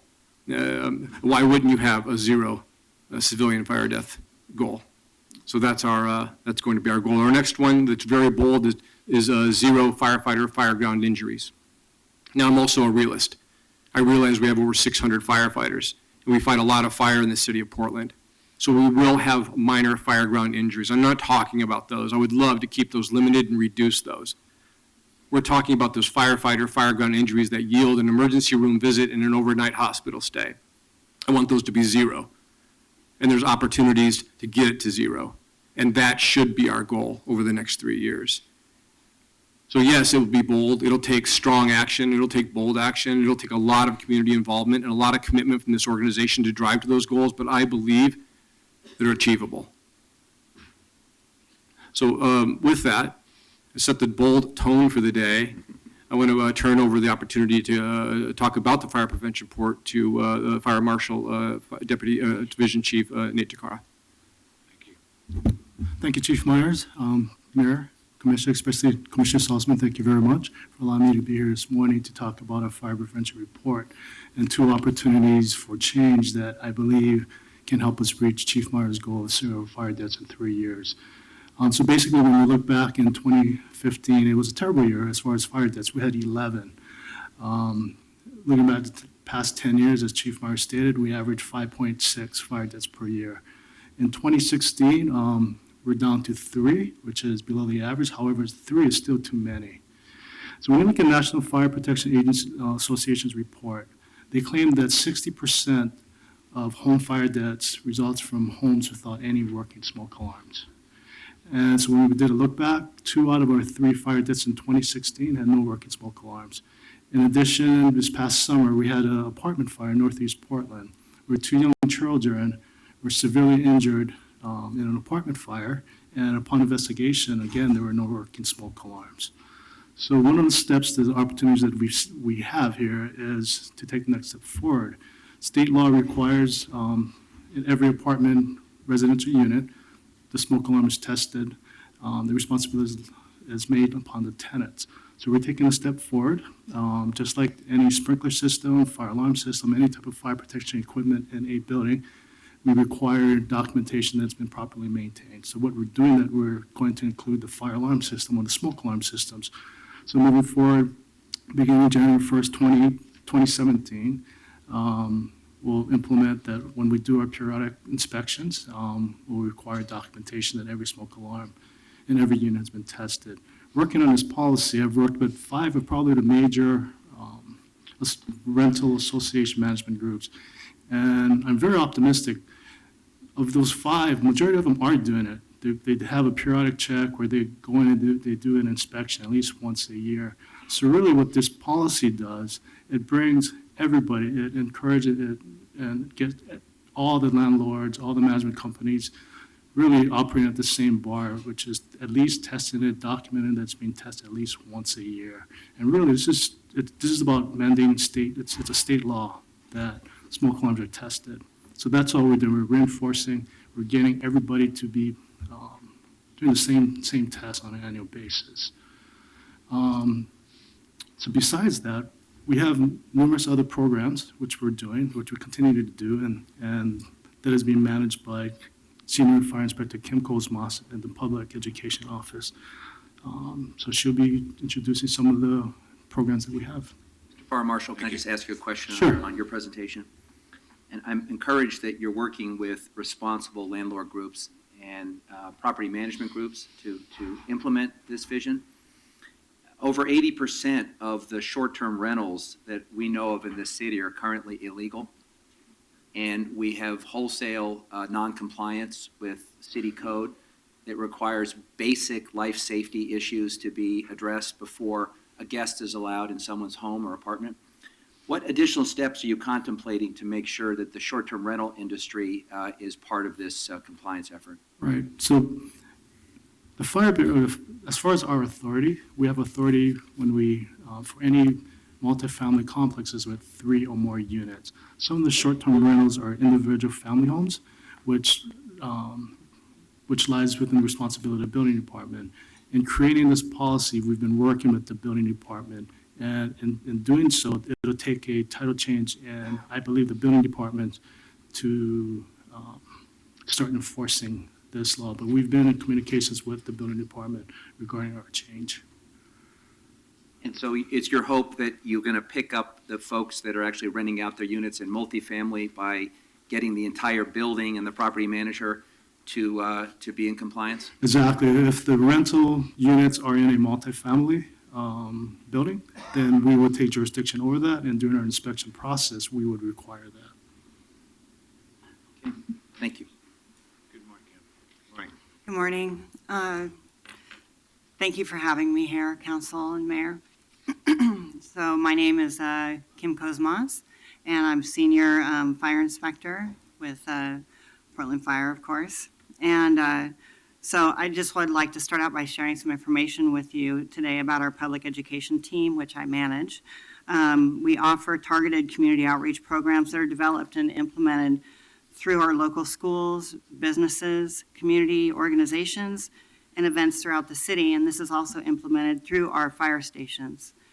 Our public education team, we also partner with the Bureau of Development Services for landlord training classes that occur in the spring and the fall, and they educate property owners and managers. Some of the other programs that we offer our community include free smoke alarm programs, which also includes the specialized smoke alarms for the deaf and hard of hearing.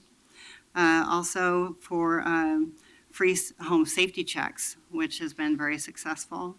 mentoring and educational activities with the Sun School programs, and Fire Prevention Week coloring contest for the youth. The coloring contest teaches the students about the importance of topics like not playing with matches, having working smoke alarms in their homes, and then also planning an emergency exit plan with their family. So the students submitted their artwork this year in October, and the majority of them expressed the importance of having smoke alarms and an emergency exit plan.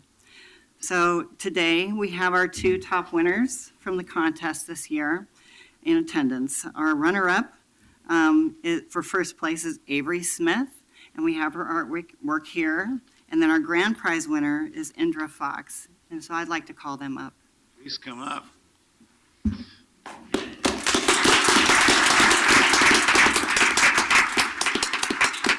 I'll hold up their artwork so you guys can see them. It would be my honor to hold it up. Avery, the runner-up. Avery's? Yeah.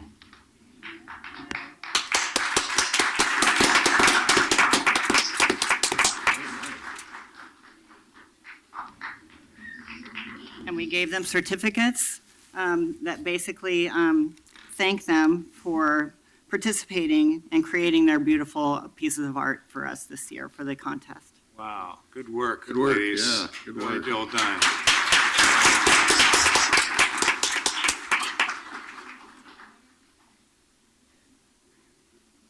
Future fire chiefs. Yes. Ready? 1, 2, 3. Thank you guys so much. Thank you. Outstanding. And one last note, Commissioner, we have copies for you too that are in your office. Oh, great, thank you. Very good job, very good job.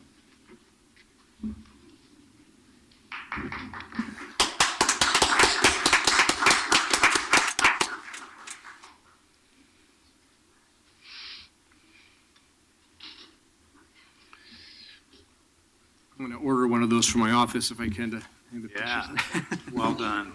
Thank you very much. So thank you very much, Senior Inspector Cosmas. It's a tough act to follow, but I have one more point that I wanted to talk about, which is the change of our second policy. After the Oakland tragedy, we did a reflection as far as the type of programs we have to ensure that something like this doesn't happen in our city. So what I've done is I looked at it, and I looked at from a fire life safety perspective, the Oakland tragedy. And really, I broke it down into two parts. The first part is the illegal occupancy where they were actually living in a warehouse. So I looked at that, and I looked at how we would potentially eliminate something like this from occurring. And so basically, we do periodic fire inspections. So every couple of years, our fire inspectors are in buildings inspecting, and they do a great job of enforcing and really maintaining what the building and the uses was permitted for. And a second program we have is what we call company referrals. So our crews respond to over 70 to 80,000 calls a year. And so they're in all these buildings, residential places. So anytime they see something that's just not quite right, we have a mechanism where they can report it. And the fire marshal's office will do a follow-up in the cases and making sure that if there's a problem, we can correct the issue or work with the building owners to resolve the issues. And the third, I think one of the most important things is we have a really good working relationship with the building department. Our partnership with them, when we do have problems, when we do have issues, we can work together with the landowner and the business owners to resolve these issues. So there's not something that's a problem gets stuck between two different agencies. We work together as partners to resolve these issues. So looking at the unpermitted event that occurred that night, we also have a night assembly and public assembly team that on weekends they're out there, they're inspecting different businesses, looking for overcrowded situations, blocked exits, et cetera. But the other thing that they're doing is they're looking for underground special events that occur without proper permits. So part of our permit process, whenever we have a business or an event promoter wants to have an event that attracts more than 50 people, but they don't have the appropriate assembly place, they will come to our office and ask for a permit. And we permit these activities, and we go out there, we inspect these buildings to make sure that we have proper exiting and the event can occur in a really safe manner. So things like trade shows, art shows, et cetera, occur frequently, especially this time of year. We have holiday festivals, et cetera, in non-assembly type spaces. So we go out there before the event occurs, we inspect it, we try to make sure that, the exits are appropriate and it'll occur in a safe condition. But one thing that Commissioner Salzman alluded to is I think I noticed that there's a loophole. And really, this is in total alignment of our fire sprinkler ordinance that you passed 3 years ago that talks about when we have these types of events, which they turn these warehouses into a nightclub. Really, so you have an event which mimics a nightclub, that attracts hundreds of folks into some of these warehouses that are not protected with fire sprinklers. So beginning January 1st, 2018, I'm going to change our policy so that if you want to have that type of event in a warehouse, it would need to be protected with sprinklers. By implementing it a year from now, it gives me time to work with the business owners, the entertainment community, the arts community, to really enforce the change and see what we can do to help them along so that this change can be implemented. So at the end of the day, this is really striving for what Chief Myers was saying about having the goal of 0 fire deaths in the city. Thank you. Thank you. Thank you all. Questions? Questions for our leadership on the Fire Bureau? Thank you all very much. Thank you. Thank you. Anyone else that wants to speak on this item? We have two people, Charles Bridge Crane Johnson and Joe Walsh. Okay, come on up, please.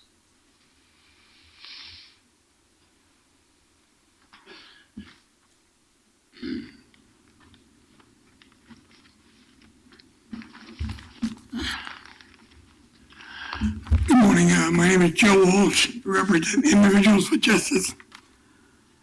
We've had a report that the fire over in Forgotten Realms, it took the fire department 20 minutes to get there. We also got a report that the people that were involved in the fire were banned from the park. We also got a report that the fire department decided it was an accident that was caused by a connection, and it was a brand new connection. So there was no negligence involved in this. Since we have the brass here, would they answer those 3 questions for us? I cannot believe these are accurate. I really can't. I've had the unfortunate experience with the fire department and the ambulance coming to my house twice. Once I was unconscious and the other time I was conscious. They got there within 5 minutes. What's the difference? I would like to know that. That fire was in a homeless camp, which is really vulnerable. We all know that. If the fire department can't get there in 20 minutes, they should just bring the hot dogs. It's over in 20 minutes. The first 3 minutes, and I'm not a fireman, but they could say, he's pretty close. First 3 minutes of a fire is really important. The next 10 minutes, it's over. 20 minutes, you're dead. So what happened? So if they have information on that, I would really appreciate it, because we need to know that kind of stuff. I also would like to know from you, Mayor, somehow, why these people were banned. I don't understand. If the fire department says it was an accident and there was no negligence involved in it, then why were they banned? Would you ban me from my house if I have a fire? I mean, I'm not a very good cook, so I have to watch it a little bit. So would you ban me? Yeah, good question. Thank you. Good questions. We'll try to get answers for those. Thank you. Good morning. Good morning. For the record, my name is Charles Bridge Crane Johnson, and hopefully I'll never have to incorporate any fire equipment into my middle name. I want to thank Fire Commissioner Dan Saltzman for taking a moment to recognize the interesting and tragic climate we're in following the 30-plus deaths in Oakland, which really just makes it all the more disappointing that there's only a 3-page PDF attached to this. In Portland, we don't really have a comprehensive, that I've seen, overview of public safety. The Fire Bureau and the Police Bureau, have separate commissioners. And then, of course, we still, among metropolitan counties, remain bifurcated where we don't have a unified government between city and county. But we also have just 3 pages. What we really need to do if we want to be a city with a good heart and a progressive city is look, it needs to say who died. I know it's called a fire prevention report, so it's arguably forward-looking and presenting future deaths, but Dan has been good about lowering the flag in the city when average people, some who sometimes are indicative of a societal concern, have died. And when we talk about fire prevention, we need to be very open and transparent about fires generally kill poor people. Some of those poor people are victims of slumlords or poor property managers. And in the coming 4 years, those people are going to be increasingly marginalized and put at higher risk. It was unfortunate that the losing candidate used the word deplorables because God knows this past year has opened up a season of insulting and unfortunate language. But the problem with it, it didn't get touched on as much as I would like to hear the fire people say.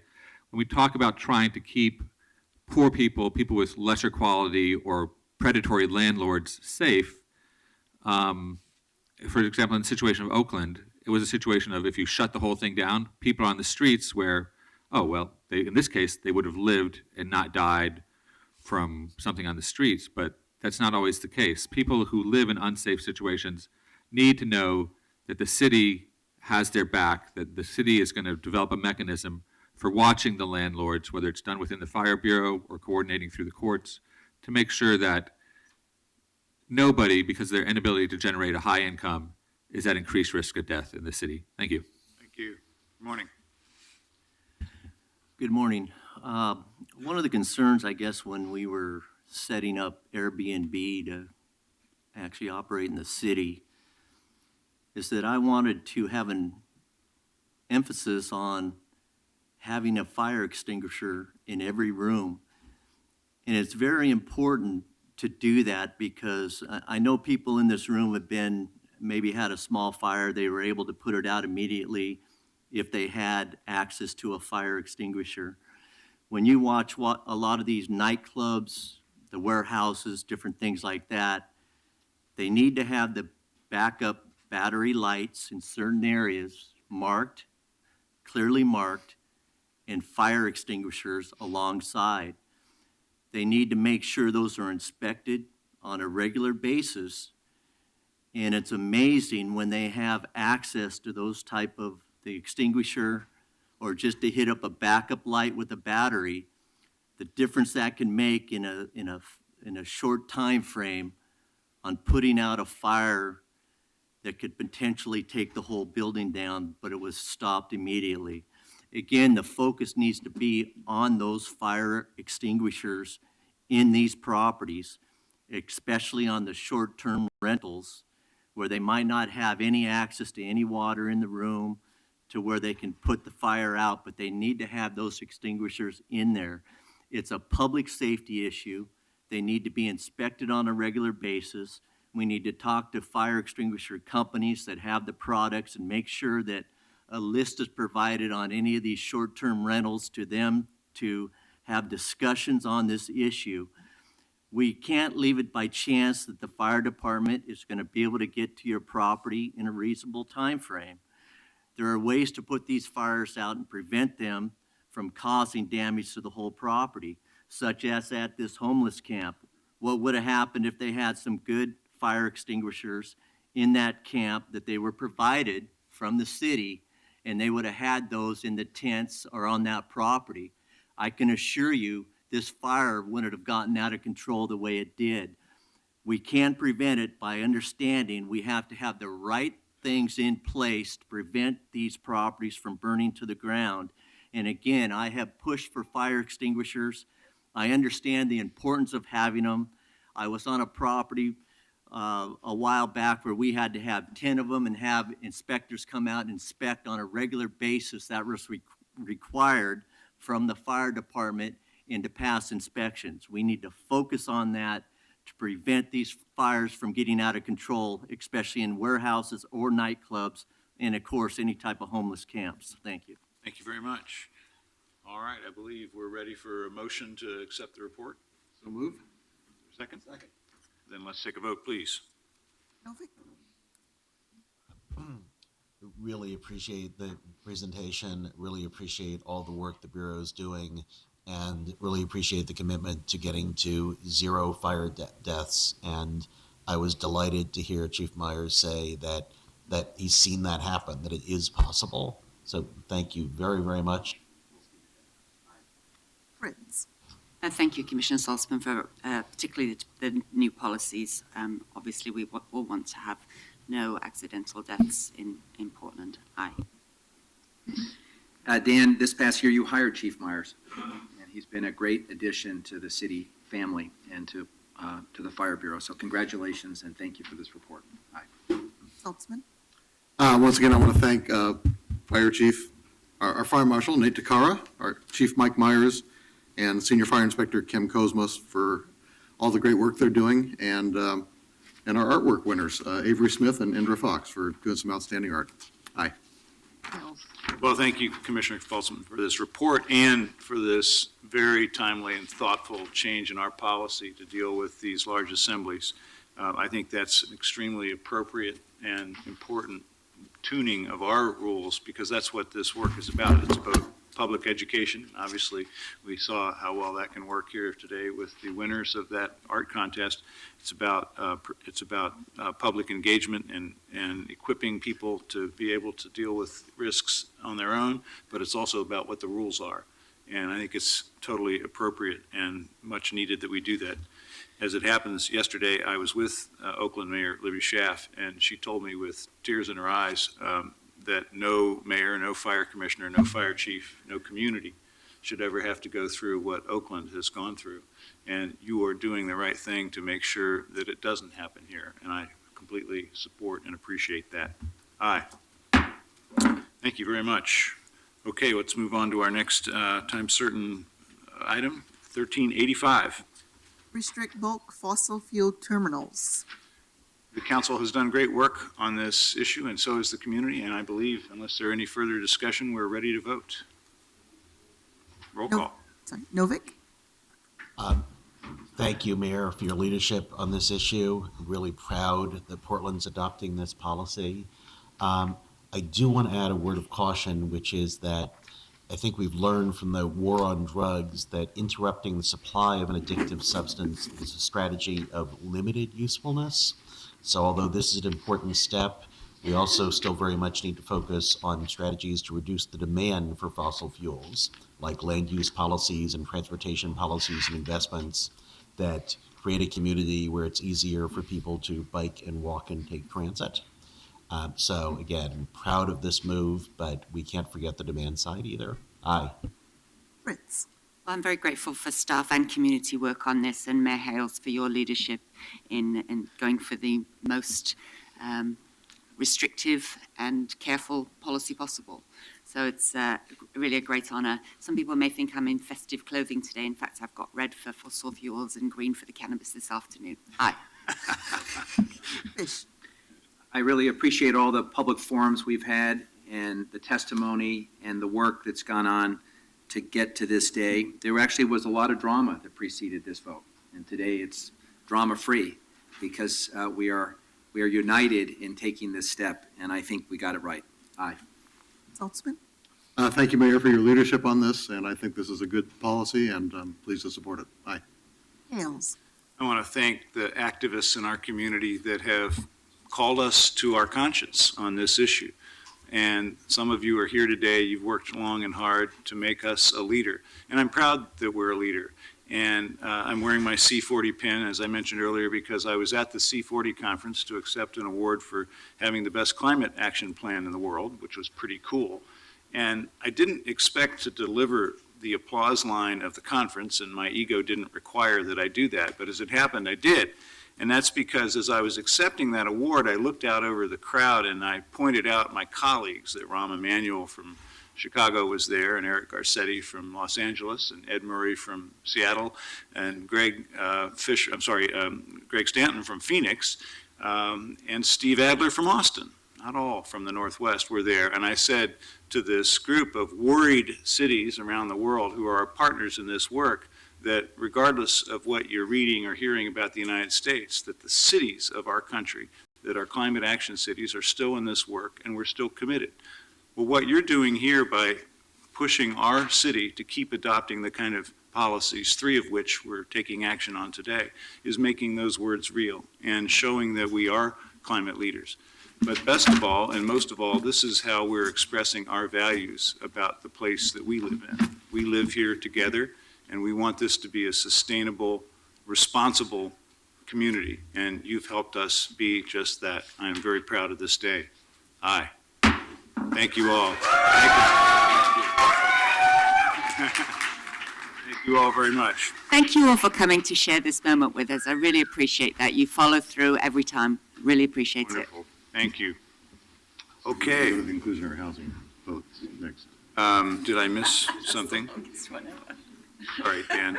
No, we're just going to the. We're voting on the amendments from yesterday. Oh, but don't we have to do, let's do energy performance first and then come back to I that. just want to make sure that everyone knows that this is a victory for the people and not for Charlie Hales or City Council.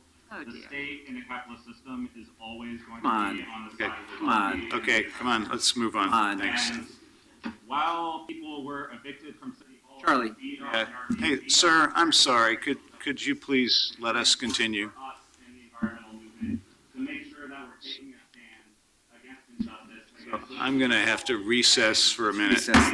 We're recess, sorry.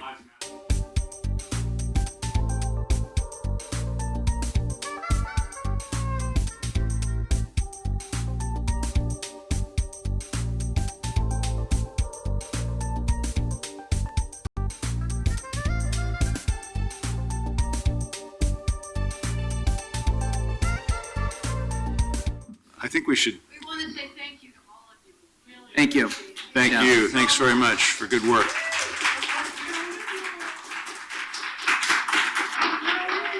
So if we could, Can I just comment that Mayor Hales. just because we care about one thing doesn't mean we don't care about other things. We just do each one as we get to it. So thank you so much for being here again.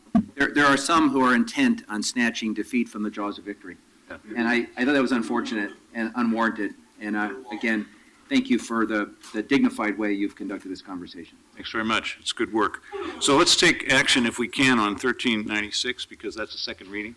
And then we'll return to the rest of the agenda. 1396, which is our first regular item, and it's Home energy score. home energy scores. It's the second reading, so.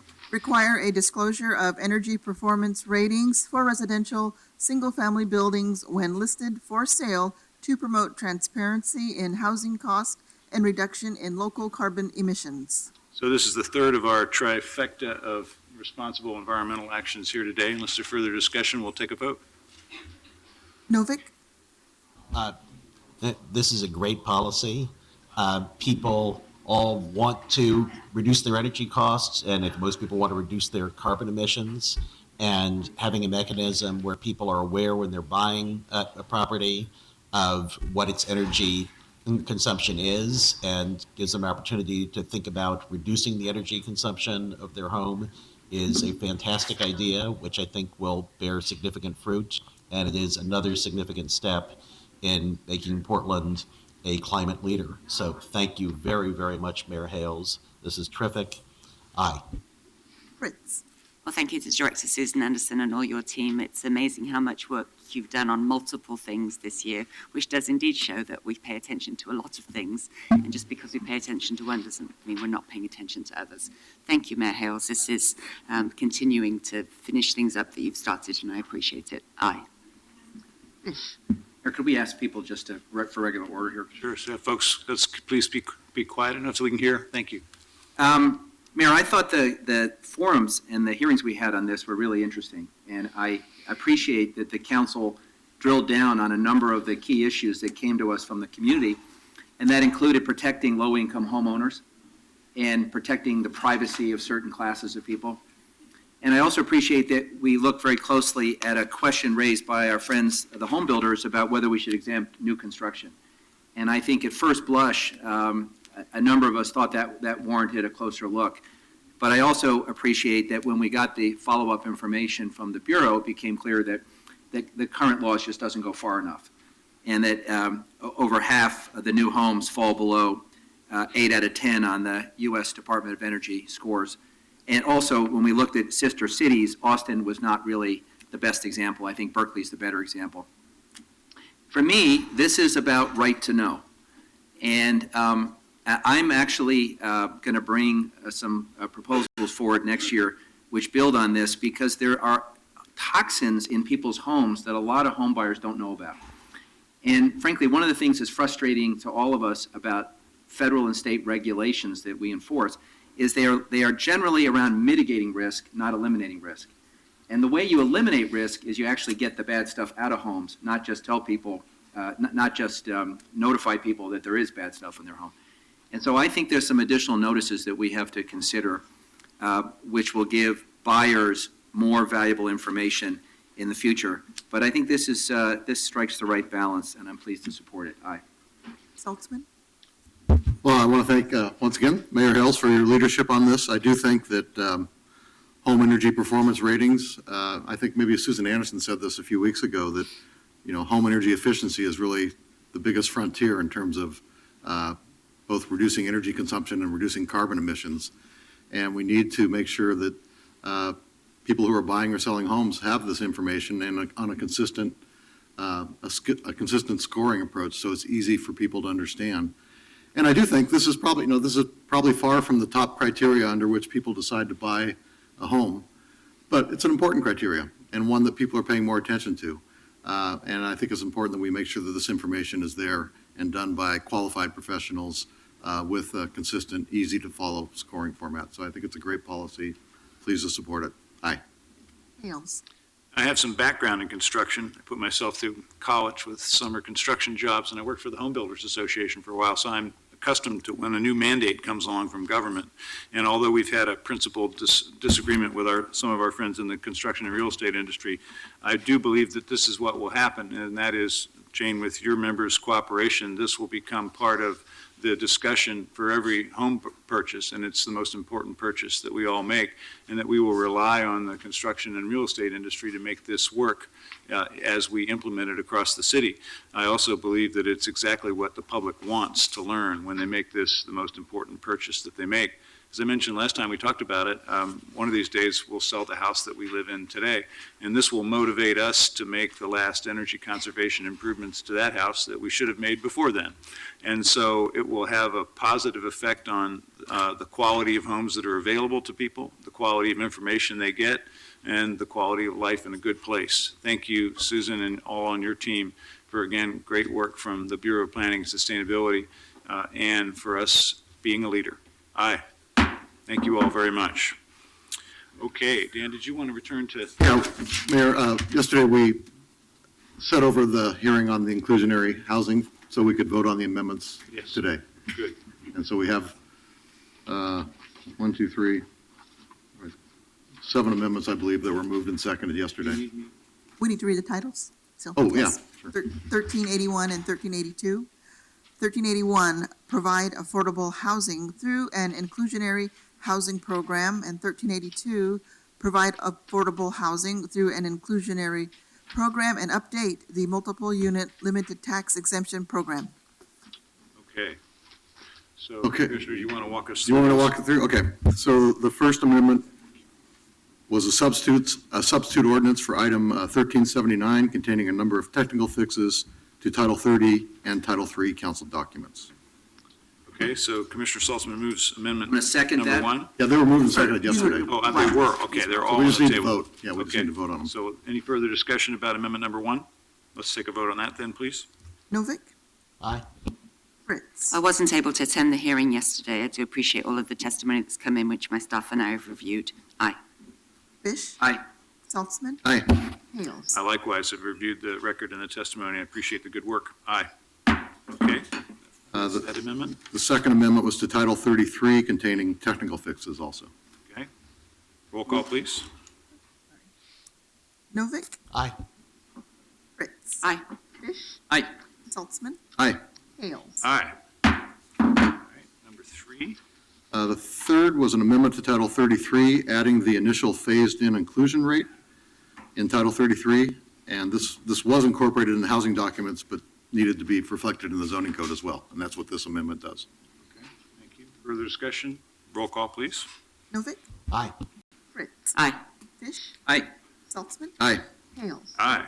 Okay, number 4. Commissioner Novick had an amendment relating to how we measure, or to measure our apartment units based on family size criteria. All right, further discussion on that item? This, Dan, just as we get into this list, I think it'd be helpful if you just state your position and the Housing Bureau's position, just so we don't get lost. I support this amendment. Thank you. Okay, let's take a vote then, please, on number 4. Okay, is that the order you had? I have number 4 as the Fish amendment. Yes, the amendment to the parking was what we were calling amendment 4 yesterday. Yeah, Well, sorry. we're The order, renumbering them. But if you want to do, so I think I have it as number 6 was the All family right, side. so it's number 6. We understand its substance. Is that what you have? That could be. Sorry, all I have is a Novick amendment on 5, 6. I also think And we wound 7. up, I think we wound up with 2 family size amendments, one relating to Title 30 and one relating to Title 33. Can I make a suggestion? Since Dan has his script and we're Yeah. going on his order, if it doesn't inconvenience, Bill, let's stay on the order that Dan has. Yeah, let's Yeah, do we that. can I can do keep that. Okay, That's fine. this is the family-friendly unit proposal. Okay, roll call, please. Novick, Thank you, Commissioner. Aye. Good amendment. Aye. Fish. Thanks, Steve. Aye. Saltzman, Aye. Hales. Aye. Okay, next, number 5. Next amendment I had in order was the historic transfer amendment that Commissioner Novick also brought forward and was seconded yesterday. Okay, And your position? further discussion? I support it. Okay, let's take action then on that one, please. Novick, Really appreciate Commissioner Saltzman's concurrence with this amendment. I do think it'll be important as we adopt rules requiring retrofits of unreinforced masonry buildings for there to we'd be able to offer some financial incentives for people to help people make those upgrades. Aye. Fritz. Well, thank you, Commissioner Novick, for briefing me and my staff, my staff and not me, earlier about this. I'm certainly looking forward to seeing the details of how this would work out, and appreciate the amendment. Aye. Fish. Aye. Saltzman, Aye. Hales. I appreciate, once again, tuning a little bit in favor of historic preservation. Aye. Okay, the next. The next amendment was on parking from Commissioner Fish. Are we doing Novick's third? Oh, Novick's third amendment, I'm sorry, that was to collapse the mixed-use zones into one zone So- in the central city, and I do not support that amendment. So Commissioner, Come here, come up to the yeah, table. if staff could come up on this, and just by way of Take the context, microphone, talk to us. just by way of context, Well, use the, Use the other one there. before you go, if I may? This was pitched to us yesterday, and in order for it to be before us, I agreed to second the amendment to put it on the table, and the understanding was we'd have a brief staff presentation and then get a recommendation.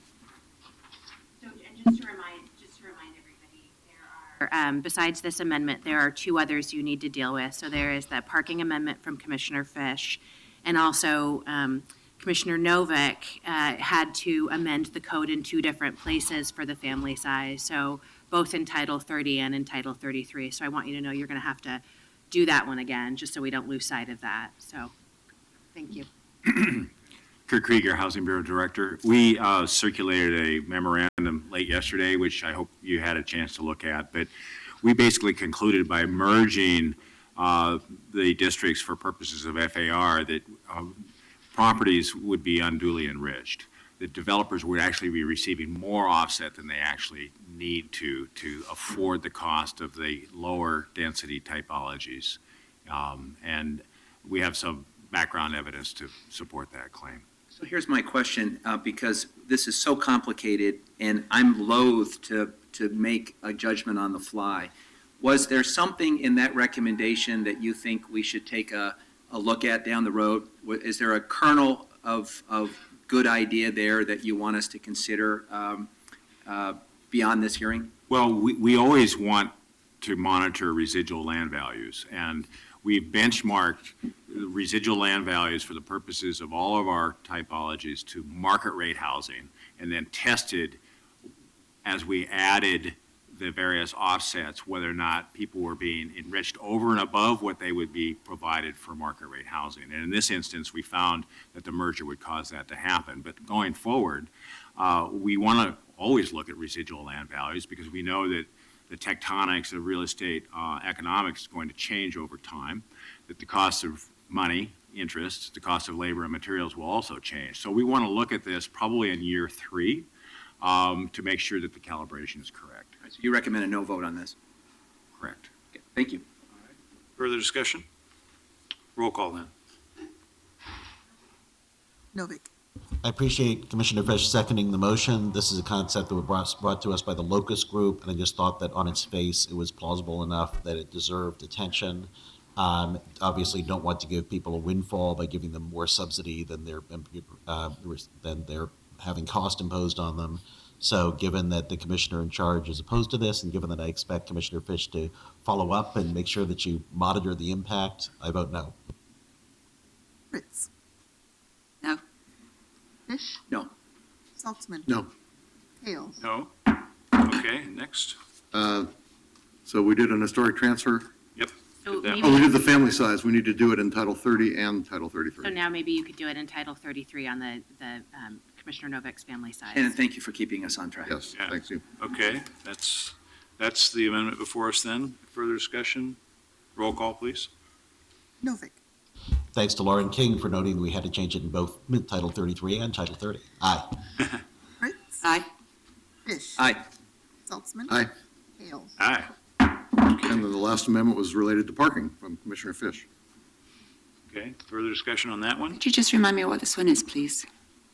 This is the amendment that codifies on the IZ side what the council adopted in terms of linking the elimination of parking minimums in certain circumstances to inclusionary housing. And since it's already been adopted in our previous discussion, this is the amendment that folds it into the inclusionary housing proposal. It's been reviewed and approved by the Bureau. Commissioner, If I remember correctly, it also included a directive to planning and sustainability to continue to monitor this and come back to us with more advice on increasing or decreasing parking requirements in the mixed-use zones. Yes, and it doesn't add or subtract from what the council has already approved. Thank you for clarifying. Commissioner, it's my understanding that it does, because what this amendment says is that if you take the fee in lieu option, then you're still subject to the minimum parking requirements, and I don't think that that's something that we addressed when we looked at this issue previously. Well, that's a question I think we should put to staff. I mean, what I asked is for planning and housing to prepare an amendment which incorporated what we'd already agreed to, so. And what you said, Commissioner, is what we agreed to. It's not my intent to add or subtract. And again, we're not wanting to give a windfall to certain developers. We're wanting to keep consistency. And look at the crowd that's cheering this amendment. I mean, I've never had such support for any amendment before. All right. So the current structure of the amendment is that if the units are provided either through on-site in the development itself or one of the two off-site options, either the dedication of existing units or the construction of new units, that the parking requirements, the parking minimums would be exempt for the entire building. But if the fee in lieu were paid, they would not be, as an additional incentive to develop units, either on-site or off-site. And the way what I thought we were saying when we said, actually over my objection, that the minimum parking requirements are waived if you're in the inclusionary housing range, was that they would be waived if you're participating in inclusionary housing program, either by building units or by paying a fee in lieu. So I do think this is a new thing that we'd be doing here today. Okay, let's take a vote then, please, on that amendment.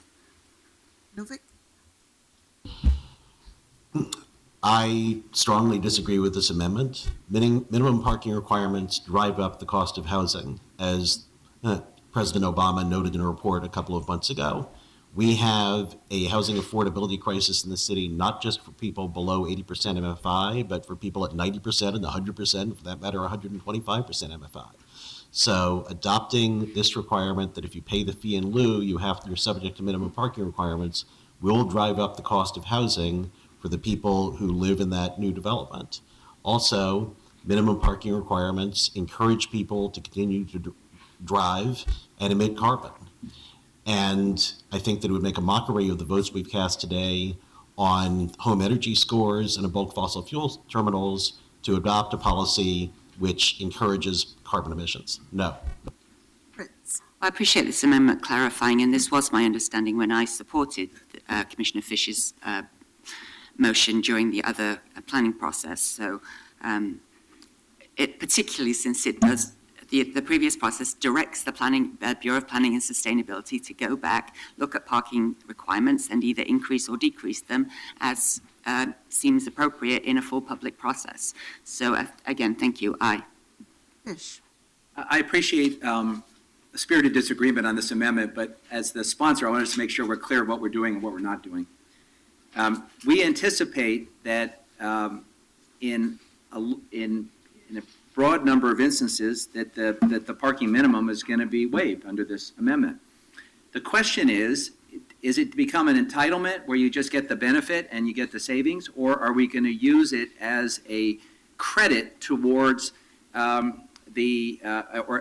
an incentive, if you will, towards people exercising inclusionary housing and getting to a deeper level of affordability?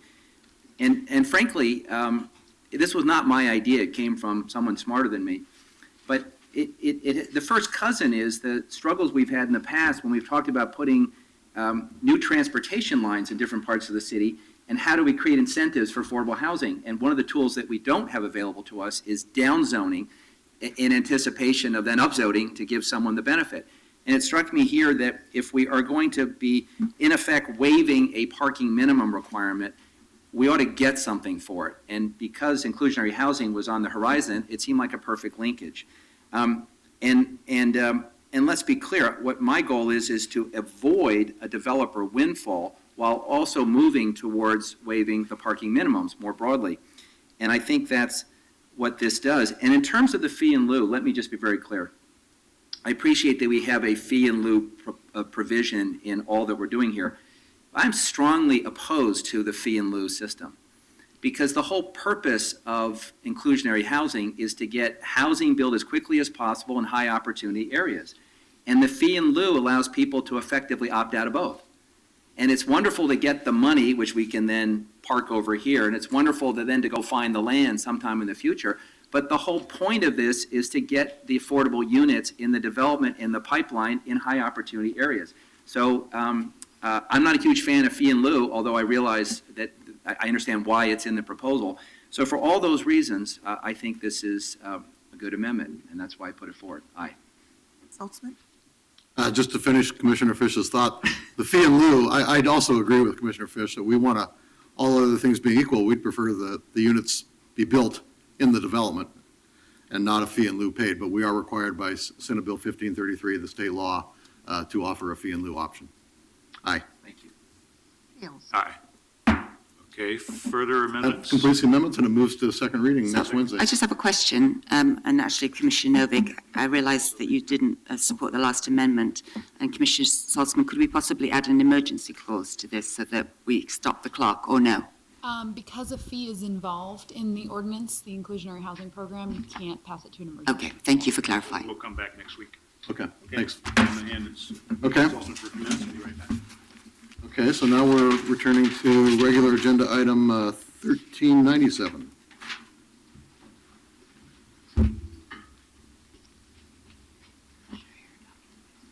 Apply for and accept a grant in the amount of $15,000 and appropriate $10,000 for fiscal year 2016-17 from the Oregon Department of Transportation Traffic Safety Division fiscal year 2017 Speed Enforcement Grant Program for sworn personnel overtime reimbursement. So this is a grant which we accept many times before from ODOT for special speed enforcement programs. So urge adoption.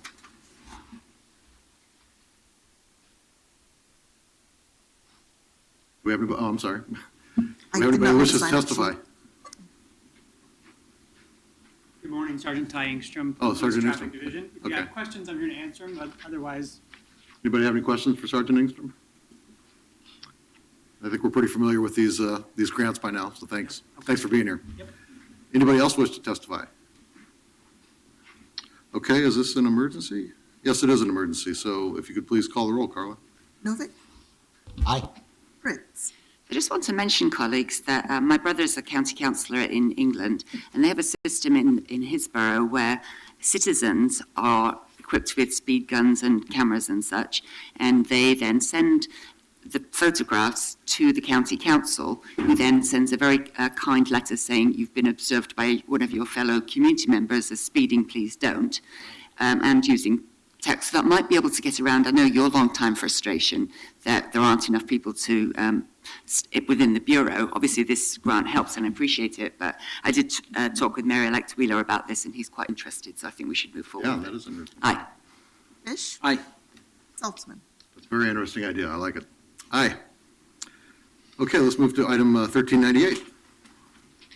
Authorize an intergovernmental agreement with Washington County for sharing tactical team resources in mutual aid. Captain, oh, okay. Not Captain Kruger. Hi. Last minute switch, I Okay. apologize. Why don't you introduce yourself and give us a brief introduction or overview of this? Members of council, good morning. My name is Brian Parman. I'm the captain of the Tactical Operations Division in the Portland Police Bureau. We're here today asking for you to approve an ordinance which would allow the Portland Police Bureau and the Washington County Sheriff's Office to formalize an agreement providing mutual aid to each other, sharing tactical resources in the events when our respective teams are unavailable or they've been given missions that exceed the capacity of the team in general. This is a relationship that the Portland Police Bureau has had with Washington County for over 20 years. We've worked very closely with their team. We believe that their team is similarly structured and equipped and the right team to provide support to us in the event that our team is unavailable. Right. Any questions? Okay, thank you. Let's see if anybody wants to testify on this. Do we have anybody? Okay, seeing none, it's an emergency ordinance. Please call the roll. Novick, Aye. Fritz. Aye. Fish, Aye. Saltzman. Aye. Okay, the ordinance is adopted. 1399. Authorize contract with the World Council on City Data for joining a global network of cities that are improving city services and quality of life with open data. Okay, give us an overview of this, please. Sure. Good morning. Andrew Scott, I'm the City Budget Director, and with me is Susan Anderson from Planning and Sustainability and Alexis Estevez from the City Budget Office as well. And I just want to give a little bit of an overview of this. This is a little bit of a technical ordinance, but also sort of exciting, and so we wanted to give you a sense of what we're entering into here. What the proposed ordinance does is it authorizes a contract between the City of Portland and the World Council on City Data. You may be familiar with the WCCD, but if you're not, they are an international nonprofit located up in Canada, and they've really been engaged in this effort to create an international standard that would allow cities to compare data between one another for benchmarking and other performance purposes. And somewhat recently, they have actually gotten an official ISO, it's an International Standards Organization certification, and Alexis is going to talk a little bit more about that, but an ISO standard that actually develops there's 100 different metrics that allow cities to compare themselves to one another. And so there's been some work on this before in the Planning Bureau and some interest from Portland State University. And I was actually at a conference last year where they sought me out because they knew I was from Portland and really wanted Portland to participate in this. The agreement is $5,000, so it's very low cost. And it's really exciting because what it's going to allow us to do is really, I think, up our performance management game even further than what we've been doing. We've been including performance measures in our city budget since 1977, and we've been increasing over the last few years the release of those performance metrics and analytics through some online dashboards and key performance measures developed by the bureaus, et cetera. And what this engagement with the World Council on City Data is going to allow us to do do is really improve that performance even further. It's going to make sure that the City of Portland receives the specialized certification that the standards we're using do meet these international standards. It's going to allow us to incorporate some of the applicable measures from this ISO standard into our own performance measurement system. And then I think most importantly, it's going to allow Portland to collectively learn and compare ourselves to peers from throughout the world. This includes Boston, San Diego, Los Angeles in the United States, and then Amsterdam, Toronto, Buenos Aires, and Melbourne as some international examples as well. Susan's going to discuss the connection to the Portland Plan and the comprehensive plan, but first I just wanted to give Alexis Estevez a chance to talk a little bit more about the standard. He is a Hatfield Fellow that we've had with us from Portland State University. He's also a Fulbright Scholar, so we've been fortunate enough to keep him after his Hatfield Fellowship finishes in February. We're going to keep him till the end of his Fulbright Scholarship later on the summer before he returns to Argentina to take all of the great knowledge he has here back there. Thank you very much, Andrew. Alexis Estevez, City Budget Office. ISO 37120 is a global standard on sustainable development of communities that provides indicators that are applicable to any local government that undertakes to measure its performance in a comparable and verifiable manner, irrespective of size and location. The World Council on City Data will certify Portland's progress on these 100 indicators and include the city in its Global Cities Registry, an interactive tool that provides visualizations and trend analysis for everyone from students to city leaders to explore, compare, benchmark, and forecast, utilizing the data that is provided by cities. Portland, as a city that is deliberate in its systematic acquisition of knowledge, develops mechanisms to store, disseminate, and, with this engagement, verify its acquired knowledge and apply it to solve local problems. With this engagement, the city will support the exchange of ideas about policies and practices in order to validate present performance, benchmark against others, and shape a long-term strategic change. I'd like to especially thank John Fink, Senior Advisor to the President at Portland State University, for his collaboration in having this engagement take place, as well as his contribution with data collection, especially in state-level metrics, and also Shannon Carney, a performance management analyst at the City Budget Office, for her leadership in this project. Director Anderson will discuss the connections of this initiative with the vision instructed by the Portland Plan and the Comprehensive Plan. Thank you. Thank you. Susan. Susan Anderson, Director of the Bureau of Planning and Sustainability. I figured I only had 5 or 6 items on here today, so I should join this one too to make it 7. I'm really excited to join Andrew and also Portland State University to promote the use and collection of quality data and to learn from other cities, and more importantly, really to take action because of the things we learn from all of the other cities. As you know, one of the components of the Portland Plan is that there are a dozen measures of success, and these metrics are related to everything from environmental health to economic prosperity and housing. The 12 measures of success are a snapshot of how we were in 2012 when we adopted the plan, and they highlight the challenges that stand between where we were then and where we want to go. We are currently completing a report of the success and status of the Portland Plan and the 142 action items and the 12 key measures of success. That report will show how we're doing, and it'll show where we've improved and in areas where we've actually gotten worse. In January, Andrew and I will be back with a report on the Portland Plan and those measures of success and the 142 action items, and let you know where we are and what we propose doing next. One of the great things I think about this project is that the metrics from the World Council on City Data provide a really nice match with the Portland Plan's data. They really overlap. We already collect a lot of this information, but it also gives us a way to sort of benchmark ourselves against other cities, which is really important. I think the comparison will show us where we have opportunities not just to learn from other cities, but also where we are doing well and where we should feature ourselves and be able to tell the rest of the world about how we are doing well in a lot of areas. Finally, I think this project will help set the stage for offering more access to open data, and so that the community at large can have a better opportunity to understand just how Portland is doing and the trends that are affecting people in Portland throughout the city. So I'm really pleased to support this project. It's a great partnership. Thank you. Thank you. Questions? Okay, thank you all. Good presentation. We'll see if anybody wishes to testify on this. think there are. Anybody wish to testify on this item? Okay, come on up.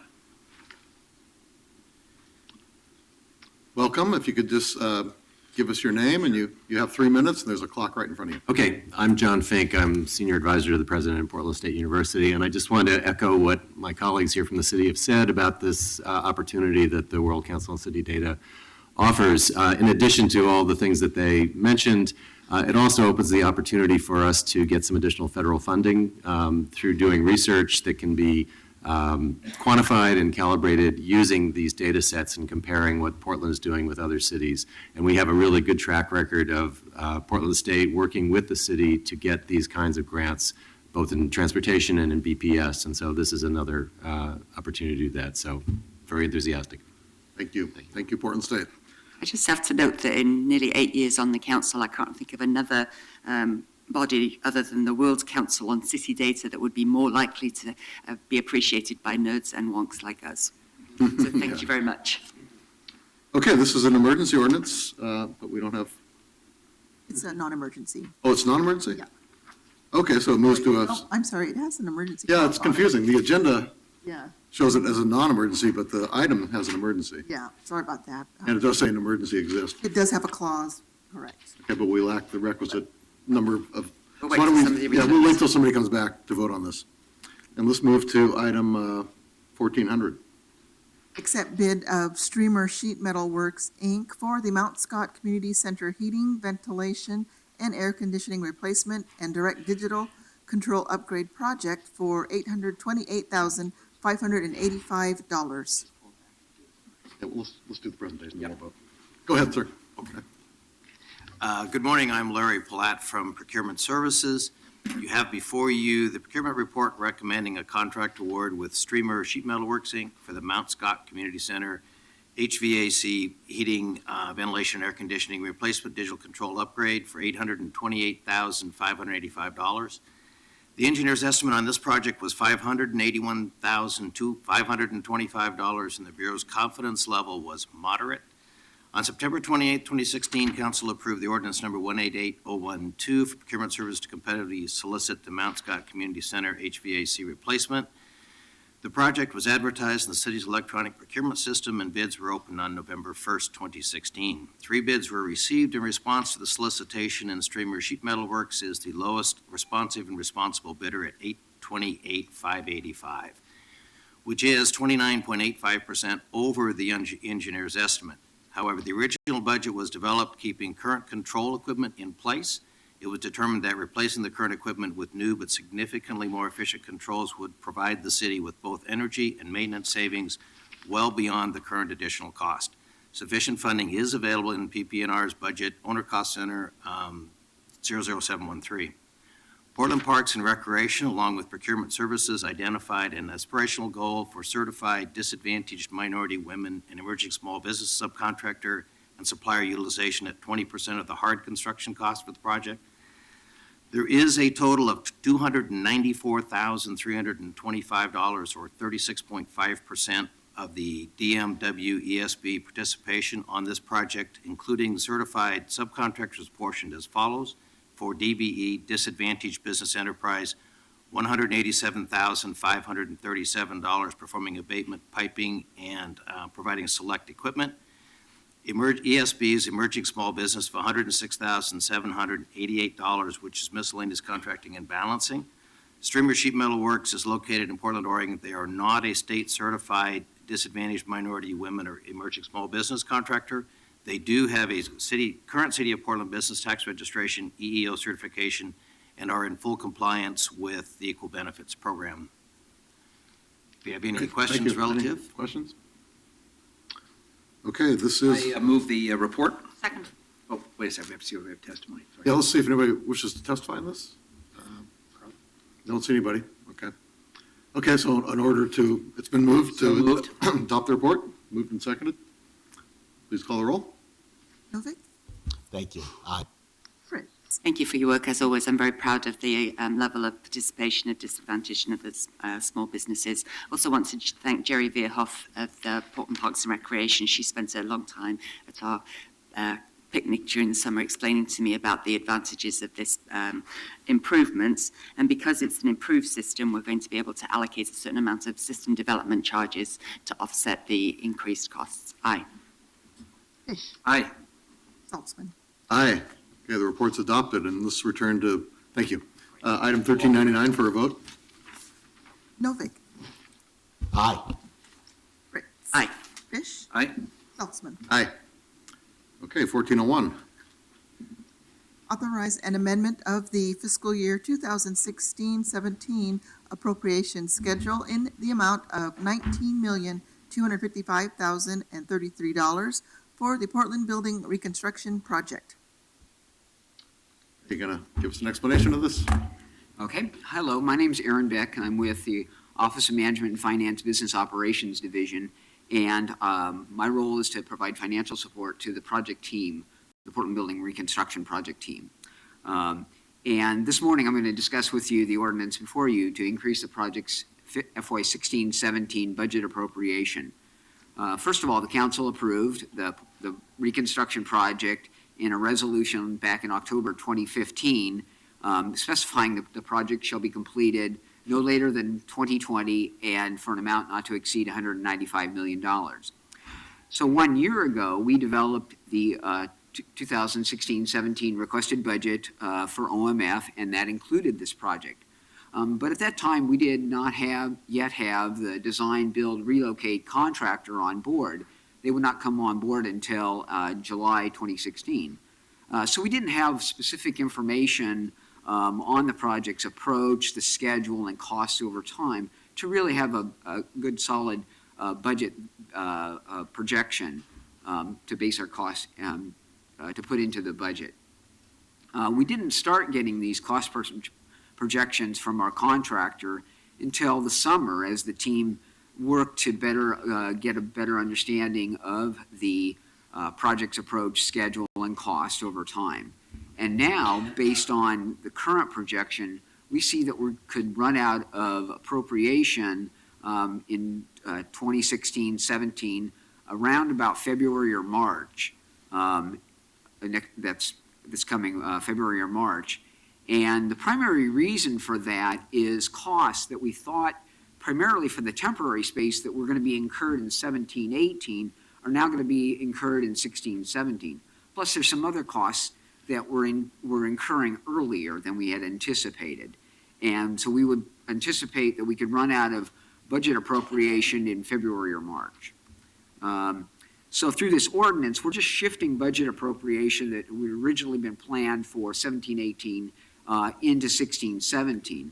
And normally we would do a budget adjustment like this in, say, the spring bump, but that's not going to be approved until April, so that's why we need to come before you with this special ordinance. Did you want to add anything, or just here to answer questions? Okay. I'll answer questions if you Okay, have anybody have them. any questions? So we're still keeping within the 195 million total Absolutely. budget? Yeah, okay. Any other questions? Okay, thank you. Does anybody wish to testify on 1401? Okay, seeing nobody. This is an emergency ordinance, so please call the roll. Novick. Thank you so much for your work. Aye. Fritz. Thank you. Aye. Fish. Aye. Saltzman. Aye. Okay, the ordinance is adopted, and let's move to, Mr. President?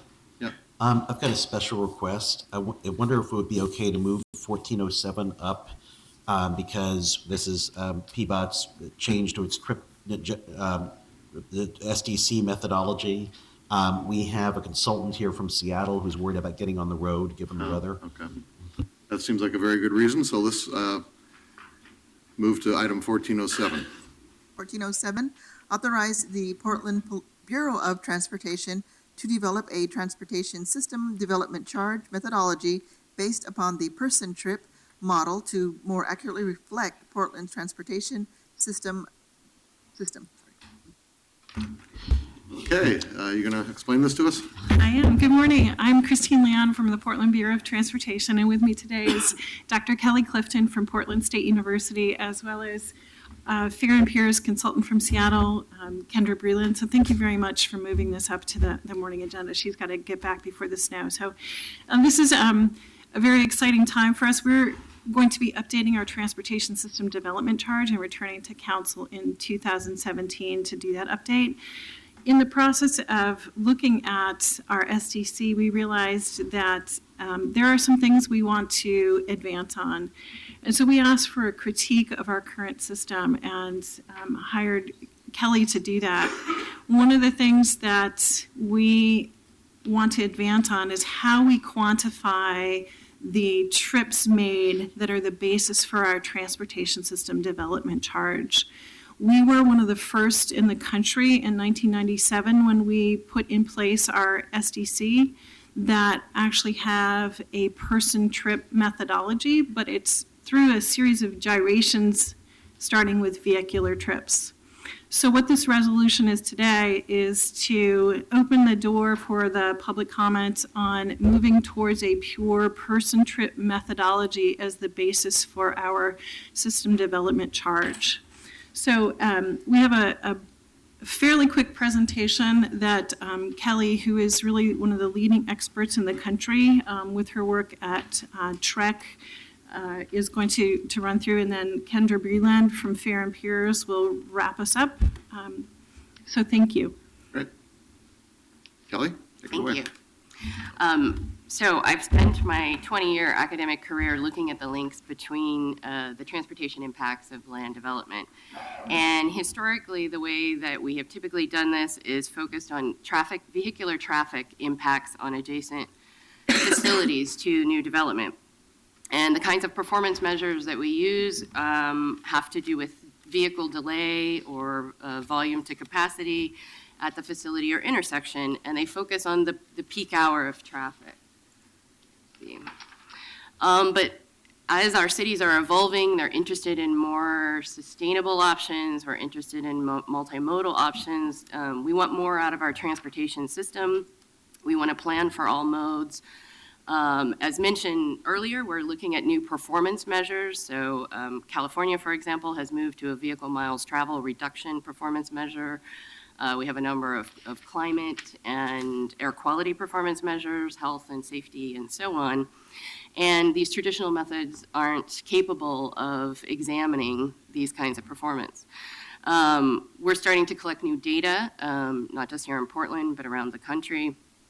And this historic practice, we're just starting to realize how limited it is to serve our needs. And then there's research by my team at Portland State, but also, again, around the country. So Portland is renowned for its planning, as also the region and the state are also well known for its transportation planning tools and models. But one of the issues here is that we don't have consistency often across scales. So the plans may be consistent, but the various tools and methodology could be improved to speak to one another and inform one another in ways that they haven't done historically. One of the goals here, of course, is to put people first. So our traditional methodologies start looking at vehicle trips. We want to start looking at people, putting people at the center of our analysis. So people generate trips, not land uses. People make trips, not necessarily just cars. We have about 30 years of research looking at the impacts of the built environment on people's travel choices. And none of this academic research has made its way into the current methods for looking at transportation impacts. Again, we want to consider all modes. So the current methodologies were set aside or were developed some years ago, again, to think about cars in a more suburban context. But those methods have contributed to the marginalization of other modes over time. When we're just planning for cars, then we only have a system that accommodates cars. As you know, Portland has been progressive in thinking about its multimodal transportation system, and we need to have our methods be commensurate with our plans and goals. I was here earlier for some of the EV discussions and talking about new modes coming on deck, so electric vehicles, autonomous vehicles. We don't know exactly what the future holds, but there's going to be new options that we haven't seen before, and we need to have methods that give us the flexibility to account for and plan for them. We need to be able to evaluate these performance goals, and we also need to be able to fund our infrastructure. So one way that we can think about changing practice is shifting from this model that looks at just vehicle trips to starting with person trips.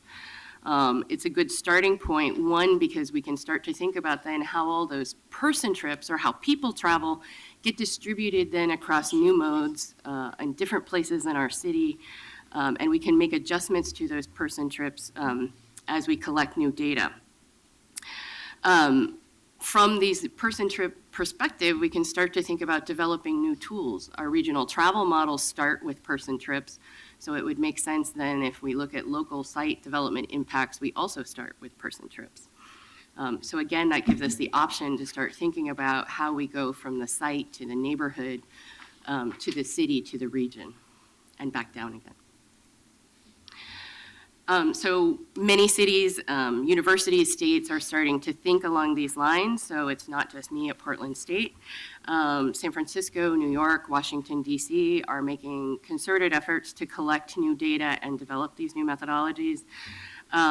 California, because of their strong climate agenda, is also thinking about person trips and has invested in a number of studies, some of which I'm involved in around affordable housing and transportation impacts, and also relates to some of the discussions that you all have entertained earlier today. And then our research here at Portland State. So the National Institute for Transportation and Communities has funded a number of studies, some of which the work that I've done here in Portland, but also in other places looking at these issues. The Institute of Transportation Engineers, which hasn't historically been a fast actor in this area, is now starting to respond. So thanks again to the efforts at Portland State and others, we're poking them in the ribs and getting them to start thinking this way. So person trips is going to be included in their next edition of recommended practice in their trip generation handbook. Finally. So we have a number of opportunities here in Portland. We can again continue our trajectory of being a leader in this area, transforming the way we have assessing our impacts of new development. We can start to think about differential impacts on different modes and how we can encourage different modal distribution instead of following a historic trend. We have a better ability to plan for what we would like. Great. Well, thank you, Kelly. So again, I'm here from Fair and Peers, and we are assisting the city to update its transportation SDC program. And, you know, something that we're really excited about with Portland is that Portland has had a person trip program actually since 1997. However, since the last time that the SDC program was updated, Dr. Clifton's team and lots of academics and lots of cities around the country have really started improving the methodologies and how we structure these programs. So we see a real opportunity here to update the SDC program's methodologies to be more in line with person trips, and to kind of work through the methodologies to have to set up the program so that it's really truly embodying Portland's values. So, you know, what we're recommending here is that we are, instead of, you know, where possible, we're incorporating the new person trip survey data that's available. Where that's not available, we have some approaches which we've used for a long time, using existing vehicle trip data and ITE data to kind of get it into person trips. But as a part of this program, it's a commitment to start developing more person trip data collection in Portland such that we can update and improve the program over time. So, you know, why do this? So person trips, I think, you know, the one thing that we risk with the person trip program that is a risk is thinking that all person trips have the same impact. And, you know, as you can see on the screen here, no, they don't. This is an image of the same number of people being carried in SOVs versus the same number of people in a bus. So we definitely, as we structure this program, we want to make sure that we're being fair and we're recognizing that not all person trips have the same impact. We have an approach moving forward for this. We're very fortunate here in this region that the Oregon Household Travel Survey provides a really good data set around person trips that are occurring. And so as we're structuring this program, something that we're going to be looking at is how does the mode share of person trips vary in different parts of the city? Certainly in downtown, where you've got a lot of transit availability, you've got a lot of ped and bike infrastructure, the mode share is going to be a little different than other parts of the city. So we're currently looking into Oregon Household Travel Survey data to understand what is the mode share and how is it different maybe in downtown versus your centers and corridors and some of those unique geographies that you've recognized within your comprehensive plan. And so, just kind of where we are in this process, and I'm going to pass it back over to Christine, but there's a lot of other things going on with this project. First and foremost, outreach, really important, really critical to the city. We've got an online open house, and there are other outreach mechanisms going on to talk about what types of projects do we want to fund as a part of this. How does this, change in SDC methodologies impact different groups? And that's something the city is really, really interested in. We are looking, of course, at projects. What types of projects do we want to fund moving forward? How does that align with Portland's values? And then, again, the commitment to improving methodologies to make sure we have the optimal outcomes in terms of recognizing impacts appropriately and making sure that this system is truly kind of forwarding your values. So with that, Thank you. So next steps, we have gotten some public input from the experts that deal with these transportation impacts. Kittleson, David Evans Associate, actually I'll name them all, DKS, McKenzie, Lancaster, and Global Transportation Engineering. So they have been giving us some advice on this shift. We will continue to work on this. The resolution asks that we return to council next year to give an update on the person trip methodology. But this is a pretty exciting shift for the country and for Portland to be leaders in this. So, and I think there's low risk to us to get this methodology in place as the foundation. And again, we can tie this all back to the different planning methods that we do here in Portland and the different targets that the city council as well as Metro have adopted for climate change and growth and reducing the vehicle miles traveled in SOV. So this is pretty exciting. So thank you for your time this morning. Thank you all. Questions? For your expertise. Yeah, great expertise. Thank you very much. Anything else for the team? I just wanted to say, thank you, Dr. Clifton. Thank you, Ms. Breland. Thank you, Christine. I just wanted to note that another advantage of this, if I may say if I have this right, Christine, is that right now sometimes developers challenge our SDC assessments, saying if they're in transit-rich areas, saying that the ITE manual doesn't really properly calculate their impact. And if they can afford to do traffic studies, they almost always are successful in their challenges. If we have a methodology that's fair and based on the best science to begin with, then we can avoid those debates and avoid losing. Yes, yes, indeed. Okay, thank you all very much. Do we have anyone sign up to speak on this item?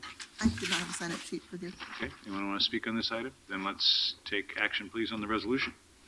Novick? Thank you very much. Aye. I'm glad to be a leader in this as well as on the park system development charge with these. In both cases, they're much more sensible and cognitively understandable than the current methodology. So thank you. Aye. Fish? Aye. Saltzman? Aye. Hale? Well, this is great work, and there was such a polite reference to the slow pace of change in the national manuals. Brilliantly done, but it's the glacial actually glaciers are moving faster now, unfortunately. So that's good work that we're actually influencing the national technical practice here in ways that Portland has done before.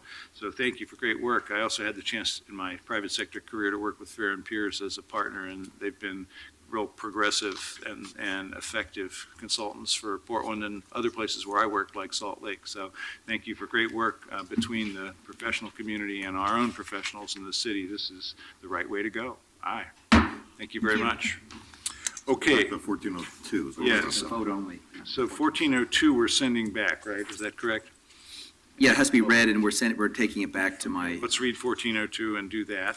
Approve findings to authorize an exemption to the competitive bidding requirements and authorize the use of the alternative contracting method of construction manager general contractor, all in connection with the Tryon Creek wastewater treatment plant headworks project for an estimated amount of $54 million. Okay, without objection, that's going back to, being referred back to Commissioner Fish's office. Now, we ought to take a break at about 1 o'clock perhaps, but let's take a pause here for process and make sure we know what we're going to try to cover. I know you want to address 1412. Second reading. Second reading, we can do that quickly. And then we're going to also try to do 1409 and 1410 before we break. So Mayor, Does that make sense? I'm normally in favor of a break, but given the weather, Yeah. I'd be Take a shorter willing one? to push through to get the morning agenda done, because I think we may lose a part of the afternoon agenda. All right, well, I think we could probably do that by 1:30 if everybody's blood sugar Yeah. can manage it. So let's do that. And then we'll go desperately get somebody can hand out candy bars if we start to fade. All right, so let's stay in order then. and Mayor, could we take We'll take 1412 out of 1412, that's order right. to Let's vote take that only? one order because you've got somebody here. Let's take 1412, which is the second The reading. vote only. Yep. 1412, authorize a contract with the lowest responsible bidder for the construction of the Greenleaf Pump Station project at an estimated cost of $1,275,000. Okay, roll call, please. Novick, Aye. Fritz. Aye. Fish, Thank you, Teresa Elliott and team. Aye. Saltzman. Aye. Hales. Aye. Okay, now let's go back to 1403. Clarify definitions, administrative authority, and make is a housekeeping long one. This changes is a long one. Is this really going to take 30 minutes? No. to the Transit Lodgings Tax Code. Thomas promises much less than that. Much, much less. I'm Thomas Lanham with the Revenue Division of the Bureau of Revenue and Financial Services. I think we initially anticipated there might be some testimony, but I don't think that'll be the case today. So there are two items before you today. The first is a transient lodging tax code amendment, and the second is a conforming amendment to the Tourism Improvement District Code. I'll speak to the TL code first, and then we'll talk about the Tourism Improvement District.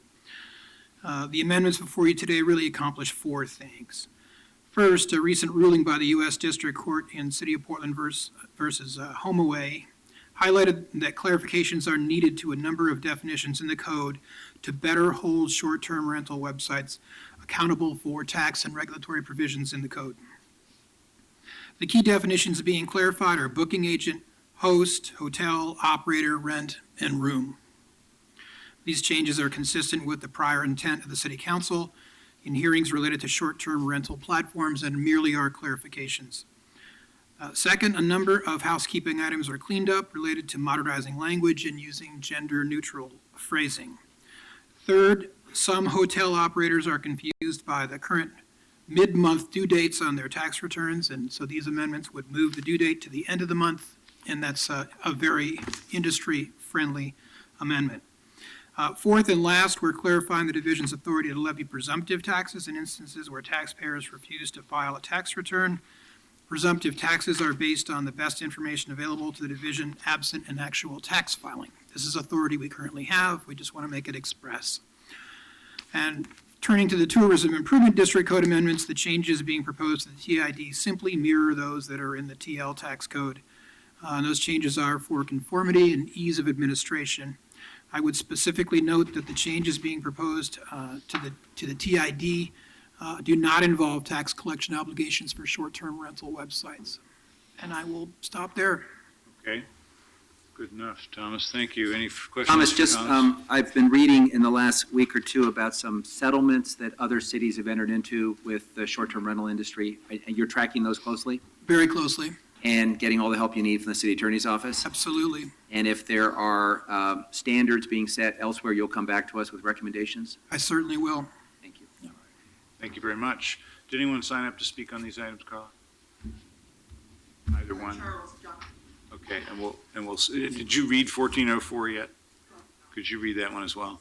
1404, amend Tourism Improvement District Code to update definitions and change the due dates and delinquency dates to match those in the Transit Lodging Tax Code. Okay, Mr. Johnson, are you here? I don't believe He he was is. upstairs. Anyone else want to speak on these items? If not, then 1403 and 1404 pass the second reading next week. Okay, 1405, that needs four of us. Let's move, we have four of us, 1405. Authorize a lease extension with Oregon Pacific Investment and Development Company for the Bureau of Fire and Police Disability and Retirement Office space at 1800 Southwest First Avenue, Suite 450, commonly known as the Harrison Square Building, through October 31, 2020, for approximately $205,000 annually. Okay, Sam, I know you've waited a while for us to get to this item. Have the questions about this all been resolved, as far as we know? I don't think there were too Yeah, many. I had no follow-up questions. Just a real quick recap. This is a extension of the lease for the FPDNR offices on 1800 Southwest First. The lease will extend us through till about October 2020, about the time Portland building will be ready to occupy. And at that point, we will have a decision made whether FPDR moves into the building or not. Okay, makes sense. Thank you very much. Any questions for Sam? Anyone want to speak on this item? If not, then it's an emergency ordinance. Let's take a vote. Novick? Aye. Fritz? Aye. Fish? Aye. Hales? Thank you, Sam. All right. Okay, 1406. Well, why don't we wait for Commissioner Salzman to Are return? we going to take 1406 and 1413 together?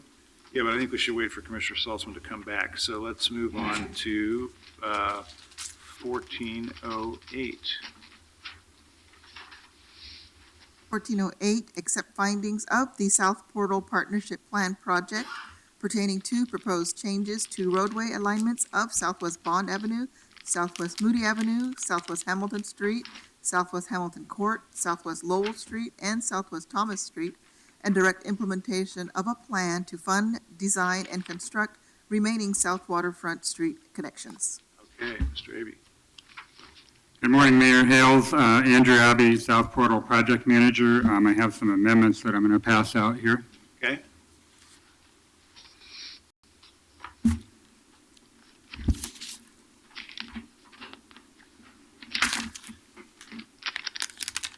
So as you know, we had the first reading of this resolution on November 16th, and we had a council work session earlier in the month. Last week, we had a very productive meeting with the South Portland Neighborhood Association, Len Michon, who will be speaking momentarily, and Sally Adalpe from the Johns Landing neighborhood, and Michael Harrison from OHSU. That was a productive meeting, and we have written up some amendments here. The changes that we would make to the resolution before you would be to, for now, retain Bond Avenue, south of Southwest Bancroft Street to Southwest Hamilton Street, and also retain Southwest Hamilton Street from Southwest Moody Avenue to Southwest Bond Avenue. There's a directive to do further analysis of retaining those two streets, and then to bring back a final decision for the future council before June 30th, 2017. And then, in response to some of the concerns raised by John's Landing, we also Andrew, have, go ahead. I'm sorry to interrupt you, but we have a lot on our plate today. Could you state that again? You said that we're going to retain and there's a change. Could you flip it and just tell us what's different here than what we had before us last time? Sure. So we're still going to make all the other changes, for example, the Lowell extension, the Moody extension down to Hamilton Court. Hamilton Court still becomes a public street, so that's still embedded in here. So, like I said, the two changes is to, at least for now, retain Bond Avenue south of Bancroft Street and also retain Hamilton Street. And then the other change that I was just getting to was also to address concerns from John's Landing would be to just acknowledge that when we do the Moody extension, have a funded project, we will evaluate the Boundary and McAdam intersection. We don't believe that there will be any issues with that, but we're more than happy to take a look at that once the project gets actually funded. Thank you. And then there's also the addition of an Exhibit F, which is attached to the memo, and that shows the streets to be retained pending a final council decision next year. So we're hoping that the map adds an additional level of clarity. And finally, before you vote on the amendments in the underlying resolution, I wanted to particularly thank Len Michon from South Portland. He provided some very good input on the amendment, and I appreciate that input. And I assume that the Landing Drive condominium owners were also involved in this process? Absolutely. Thank you. Other questions for Andrew? So do we have a motion then to adopt the amendments? So moved. Second. Further discussion? Then let's take a vote, please, on the amendments. Does anybody want to testify? Oh, sorry, I didn't ask for that. So anyone want to speak on this item? Come on up, please, then.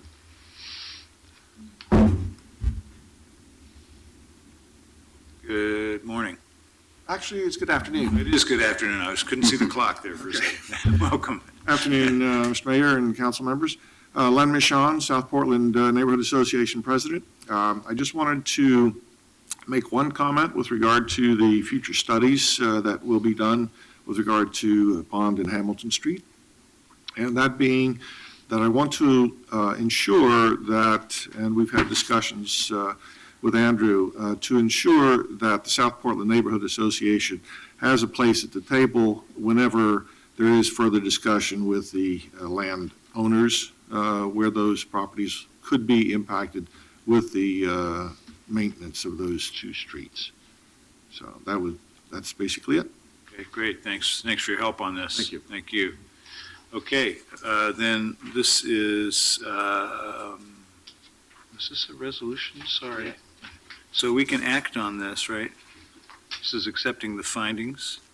So yeah, this doesn't have to come back for second reading. So we can vote now, having amended it on the findings as amended. The amendment. Novick? Just No, the this amendment. is we did the amendment. We didn't vote on the amendment. I'm sorry, we didn't vote on the amendment because I hadn't taken testimony. Okay, who's got low blood sugar? Not me. Let's vote on the amendment, please. Novick? Aye. Fritz? Thank you very much for the process and getting it. I think this is a much better plan. Aye. Fish? Aye. Saltzman? Aye. Hales? Aye. Okay, and now on the findings as amended. Novick? Really appreciate all the work everybody's done in the past couple of weeks on this, especially Len Michon, Sally Aldape, Michael Harrison, Dan Bauer, Andrew Abbey, Kurt Kruger, and Erica Niebel. And it's a good thing we're passing this today because if we didn't get this done this month, we'd lose $250,000. Whoa. Aye. Fritz? You could have mentioned that earlier. I was holding it in reserve. That's a powerful incentive. Thank you very much to the community folks, and thank you to Andrew Abbey. Once again, you exemplify the kind of customer involvement and community involvement that we really want to see. Aye. Fish? Aye. Saltzman? Thank you, Andrew. Aye.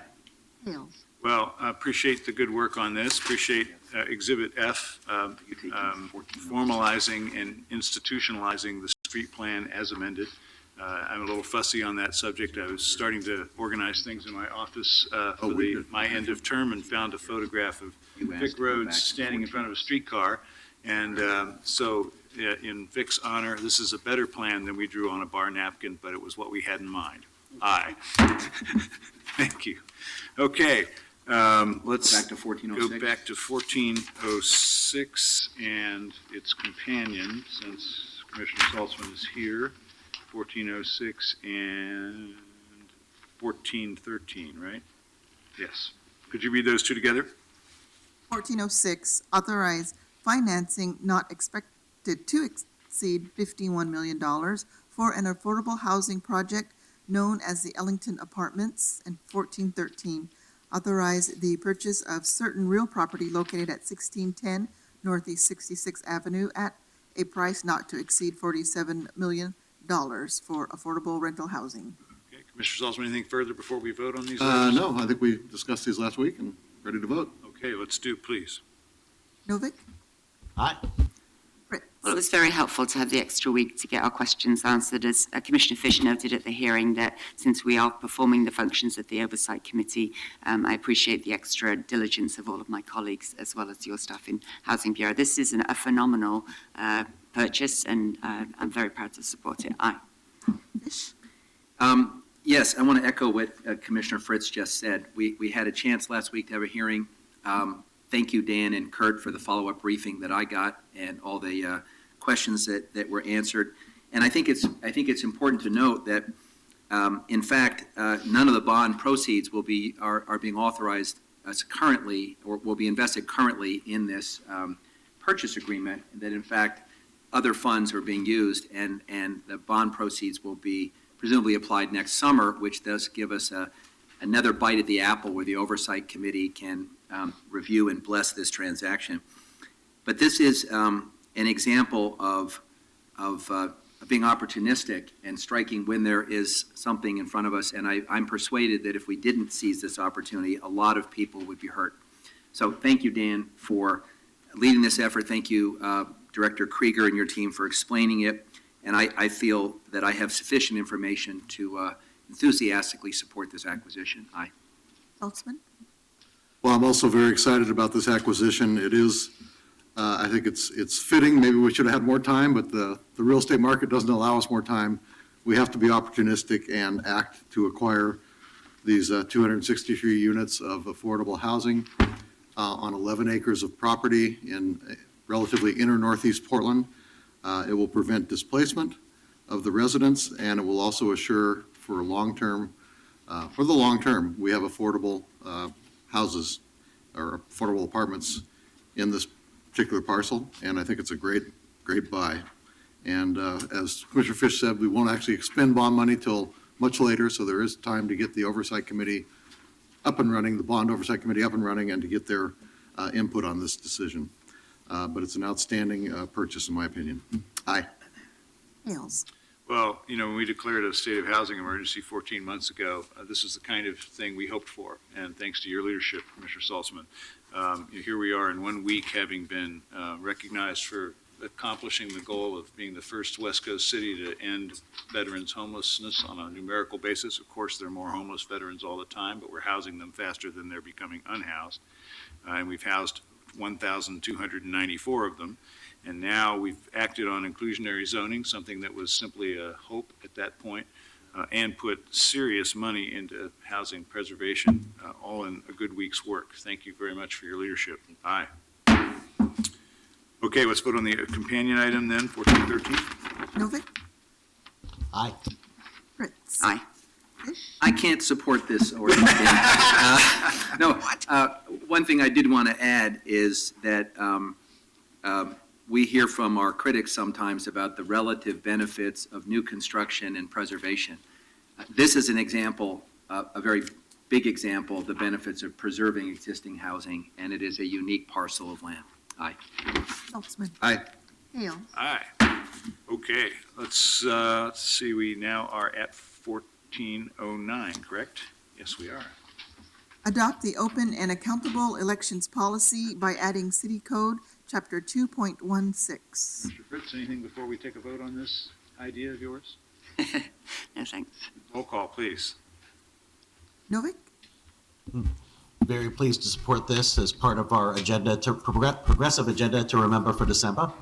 I think that restoring an open and accountable elections policy will encourage people to run for office who might have been deterred in the past because they don't happen to personally know lots of people who can afford to make $500 or $1,000 contributions. I also think that it'll be beneficial even for people who've been successful in our existing system, because one of the problems with having to raise a lot of money is that in order to raising money takes time. And in order to raise enough money to run a citywide race in the allowable amount of time, the most efficient thing to do is to only talk to people who can give $500 or $1,000, which means that you hear the concerns of people who can afford to write $500 or $1,000 checks. And it's not that they're bad people, it's just that we're better off if our political leaders are talking to a wider range of people. With this proposal, with the 6-to-1 match, if you're calling somebody who can afford to give a $50 contribution, that really turns into $350, so you can afford to spend some time talking with people who can only afford to give a $50 contribution and hear their perspective. So I think this is a wonderful way for Commissioner Fritz to round out this year, and I'm pleased to be a part of it. Aye. Fritz? Well, thank you to all of my colleagues for being part of this, the discussions on this for these many months. And thank you for our community partners who are here today to celebrate this occasion. I won't go through the whole list because then I'll forget somebody, but Kate and Daniel and everybody. See, I just started on the list and that wasn't good to go down there. It's been a community-driven process, and it's been a partnership and the product we have here is informed by the discussions I've had with each of my colleagues. So I thank you so much for that. Let's be very clear, this is not voter-owned elections. This is open and accountable elections. It's a system that has been tried and true in New York City for many years. Some people say that we should be referring this to the voters, since the previous system failed at the ballot at 2010 by 1,600 votes out of 210,000, at a time when the fire bond only passed by about 1,600 votes out of 210,000, and that you would usually get a 70 to 80% approval rating. But more recently, Measure 26-184 was just on the ballot in November, and it's the county election reform measure. It got 90%. I got it wrong when I discussed it last time, because I thought that 87 couldn't possibly be right.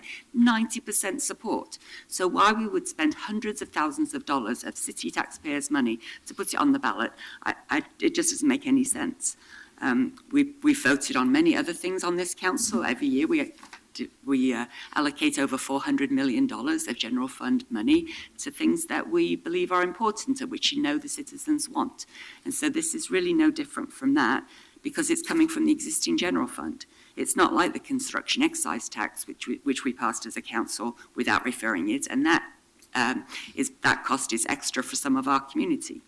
So I'm very, very grateful, particularly to those who've made suggestions to make it better, and then to all our community partners.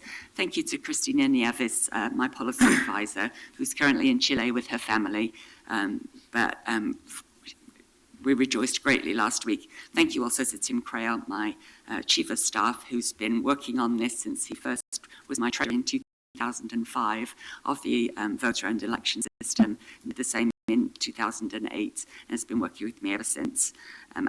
I do want to thank also Amalia Alicante Morris. When we were trying to figure out where this program could be housed, since the auditor declined to have it as part of the elections process that she manages, I asked our director of neighborhood involvement, could we do this? And she said, yes, let's figure out how to get it done. And that's what we do in this community. We think about how can we get this done, and this is what this process has done. It's going to open it up to more kinds of people. Commissioner Novick said that if you can afford to give $50, that you can have such a great return. If you can afford to loan $50, you can get you can support a candidate and claim that $50 back as your Oregon tax credit. So we already have a system of public campaign financing at the state level. I believe we really need to be able to do it here, so that more people get talked to, more people get listened to, more people really feel and know that they've made a huge difference, whether they live in a mansion or are selling street roots on the street. And so thank you to all of my colleagues. You're part of something which I believe is really great today. Thank you. Aye.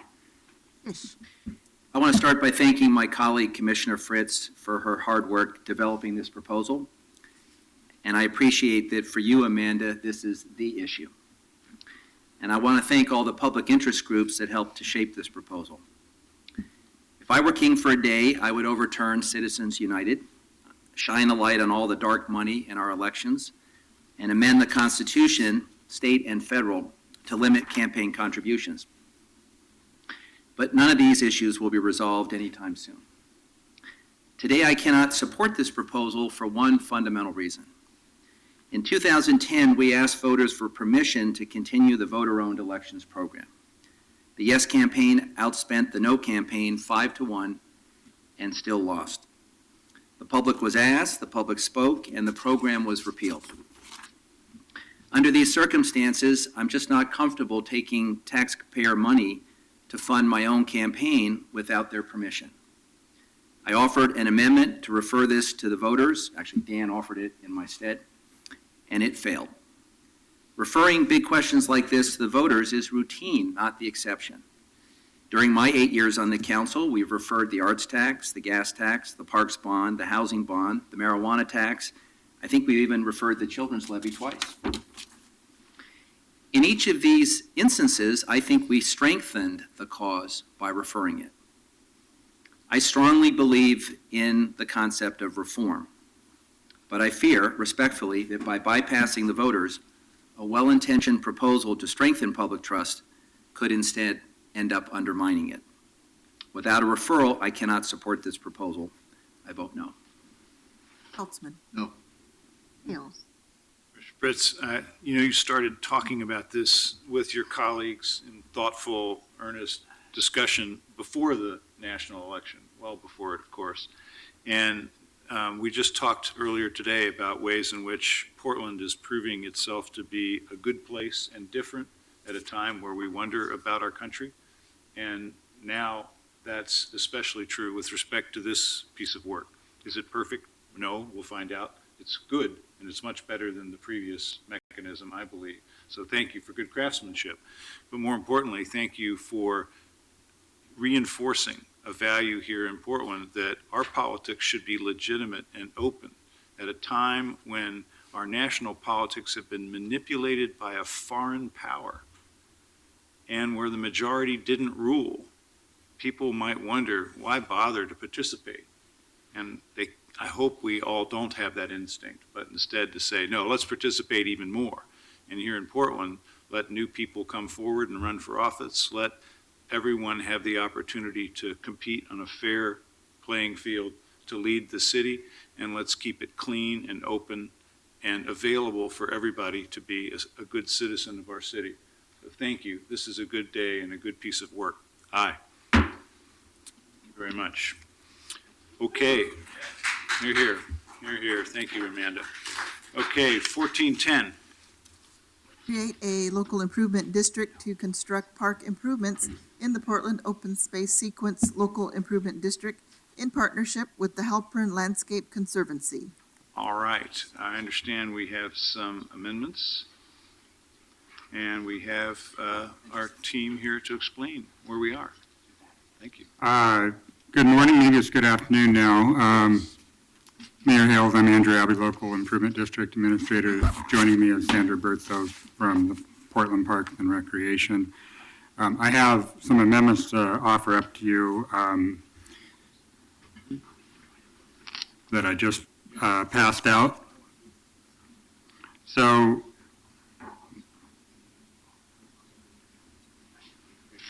Sorry, go ahead, please. no worries. So I just passed out some amendments. So Portland State University asked that their LID obligation be changed to a different property. So the amendments before you would change that. We also, Andrew, does it change the amount of their obligation? no, does not change the amount of their obligation. Technical substitution. Correct. And then the other change is, I think you all know we've made a real hard push to get this project funded, and the additional week was very, very helpful. I'm pleased to report that we've closed the gap by 80%. We are a little bit short of our goal, and so the other amendment just reflects that we are a little bit short of what our $2,150,000 goal is for the LID. And the new amount of the LID is, so we're $119,900 short of the goal. So the new amount is $2,030,100 for the LID. Andrew and Mayor Hales, what are our options today for closing that gap? I would just note, Commissioner, that there's language in the ordinance that allows us to continue negotiations with property owners and to increase pending lien amounts or get new property owners to join the LID. So I'll turn it over to Sandra and see if she wants to add anything to that. Yeah, we were just going to reduce the budget by that bit, and as well, the Halpern Conservancy is kicking off their separate private fundraising campaign here in January, February. So I think it's very possible they may sort of close up that additional gap that way. I'd hate to reduce the budget, Mayor. That almost sounds like lowering the river rather than raising the bridge. And the Conservancy has taken on a traditional government role in raising private funds to support the work of restoring what is considered the great masterwork of urban design in America. And it is a space that will be enjoyed by people who live in every corner of our city. It is, in my view, I think it will become, in time, one of the signature destinations of our city. And I know that the mayor's been on the phone jawboning. I know that the Conservancy folks have been working hard. it would grieve me, Mayor, if today we conceded that the budget would be reduced rather than find a way to plug the gap. Commissioner, I appreciate that sentiment. I was very clear at the last hearing that that was the expectation, and I don't want community groups to think that, they certainly make a great effort and then we're going to plug the gap. My understanding is we're going to continue to do the private fundraising and that we're hoping, even with value engineering, that we may be able to do the entire project. And I really do appreciate the partnership, and also we're allocating scarce system development charges, which we've already put a bunch of into this project in various other parts of the city. Well, I have a suggestion, which is, and we might want to call Ms. Williams or Mr. Gregg forward, because we certainly don't want to put any sort of a chill on the effort to secure funds from additional property owners. But I also want to make sure, I think there's an expectation on the council here that failure is not an option, and that we don't want to thin the soup in what needs to be a fully funded project. So I would certainly be interested in a contingency, in a request to contingency from the city to fill a remaining gap, if there is one, after the fundraising efforts now underway are carried to their conclusion. Hopefully you get to yes with those remaining property owners, but if you don't, I believe that enough funds have been raised from private property owners here for a public purpose that a contingency request from the city council to our contingency fund is appropriate. Doesn't have to be the whole 119,000, but maybe it'd be a portion of that. So I don't know, again, we don't want to put a damper on your efforts or send a signal that no one else needs to help. So I'm not sure quite how to articulate that, other than, again, I think it's a shared belief here that we shouldn't fail, that we shouldn't tap SDCs, but that we should also back your play. Mayor, if I may, on the Vancouver and Cook LID that we brought forward about 2 years ago, we had a few loose ends that we needed to tie down, and we just went ahead and formed the ordinance, and we were able to bring back some amendment to the ordinance. So I just want to take you back to our original concern that we've been having these discussions for 3 or 4 years now. There's a lot of property ownership turnover, so it's really important to sort of lock down these pending liens. It would be very easy to come back in a couple weeks or a couple months or whatever, do an amendment to the LID formation ordinance. That would be a relatively simple exercise, and then we could amend it to the council's satisfaction. I appreciate that at various times in our discussions, all my colleagues declare what is an issue that's near and dear to their heart, and we have a great tradition of keeping track of that. I will just say, as the prior Parks Commissioner that was involved in some of the early discussions, this issue is very near and dear to my heart, and if the record is now sufficiently clear that we're going to all work together to try to close the gap, I think we should go ahead and approve the LID and keep our options open. But at a time where partnership is so vital to the success of so many things we care about, I am just enormously grateful for the folks who stepped up on this project, and I want to do everything in our collective power to get to the finish line. So could we call on Ms. Williams or Mr. Gregg or Mr. Nato to maybe come comment on where we are in this process to make sure that the other side of the partnership is clear and empowered? And Mayor, I just have a couple of very brief housekeeping items before you vote. Okay. So how are we doing here, gentlemen? We have currently 30 properties in the LID, 16 property owners. At least 7 of those property owners have actually raised the amount from their original commitments. All of those were local, and our only holdout has been a union that is equity partner or equity owner in the Cyan that's based in San Francisco. And so that, of the large-scale contributions, that's the only holdout, as we've outlined to you, Mayor.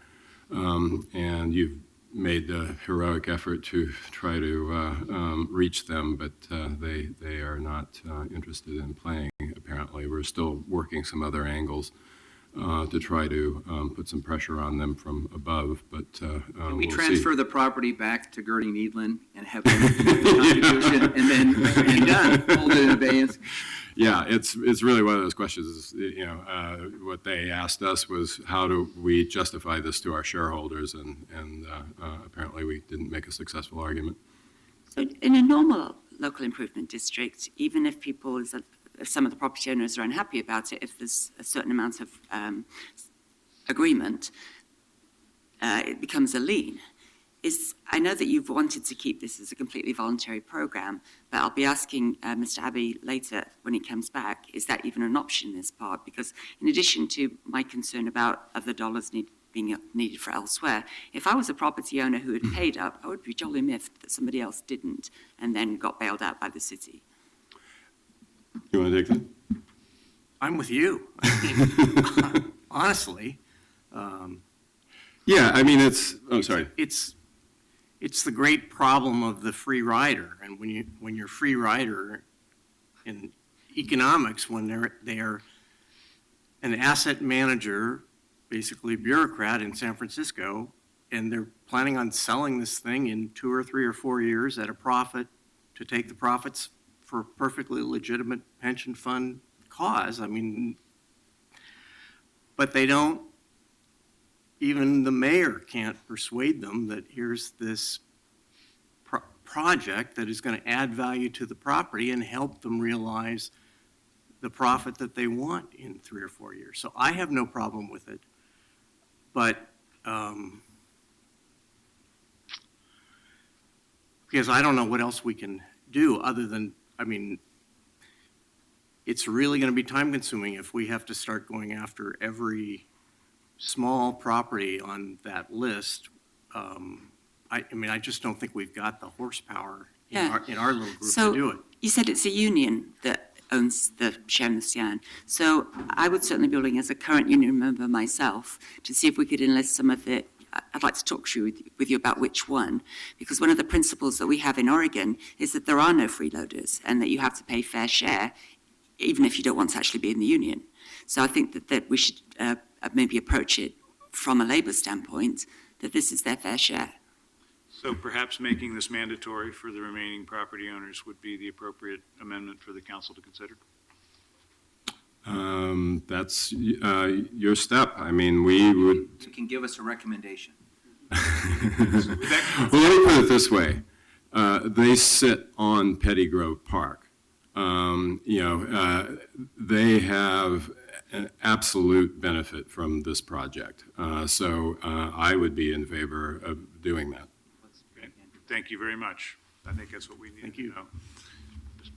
So sounds to me like we have an interest, at least among many of us on the council, of making this requirement mandatory on the remaining property owners.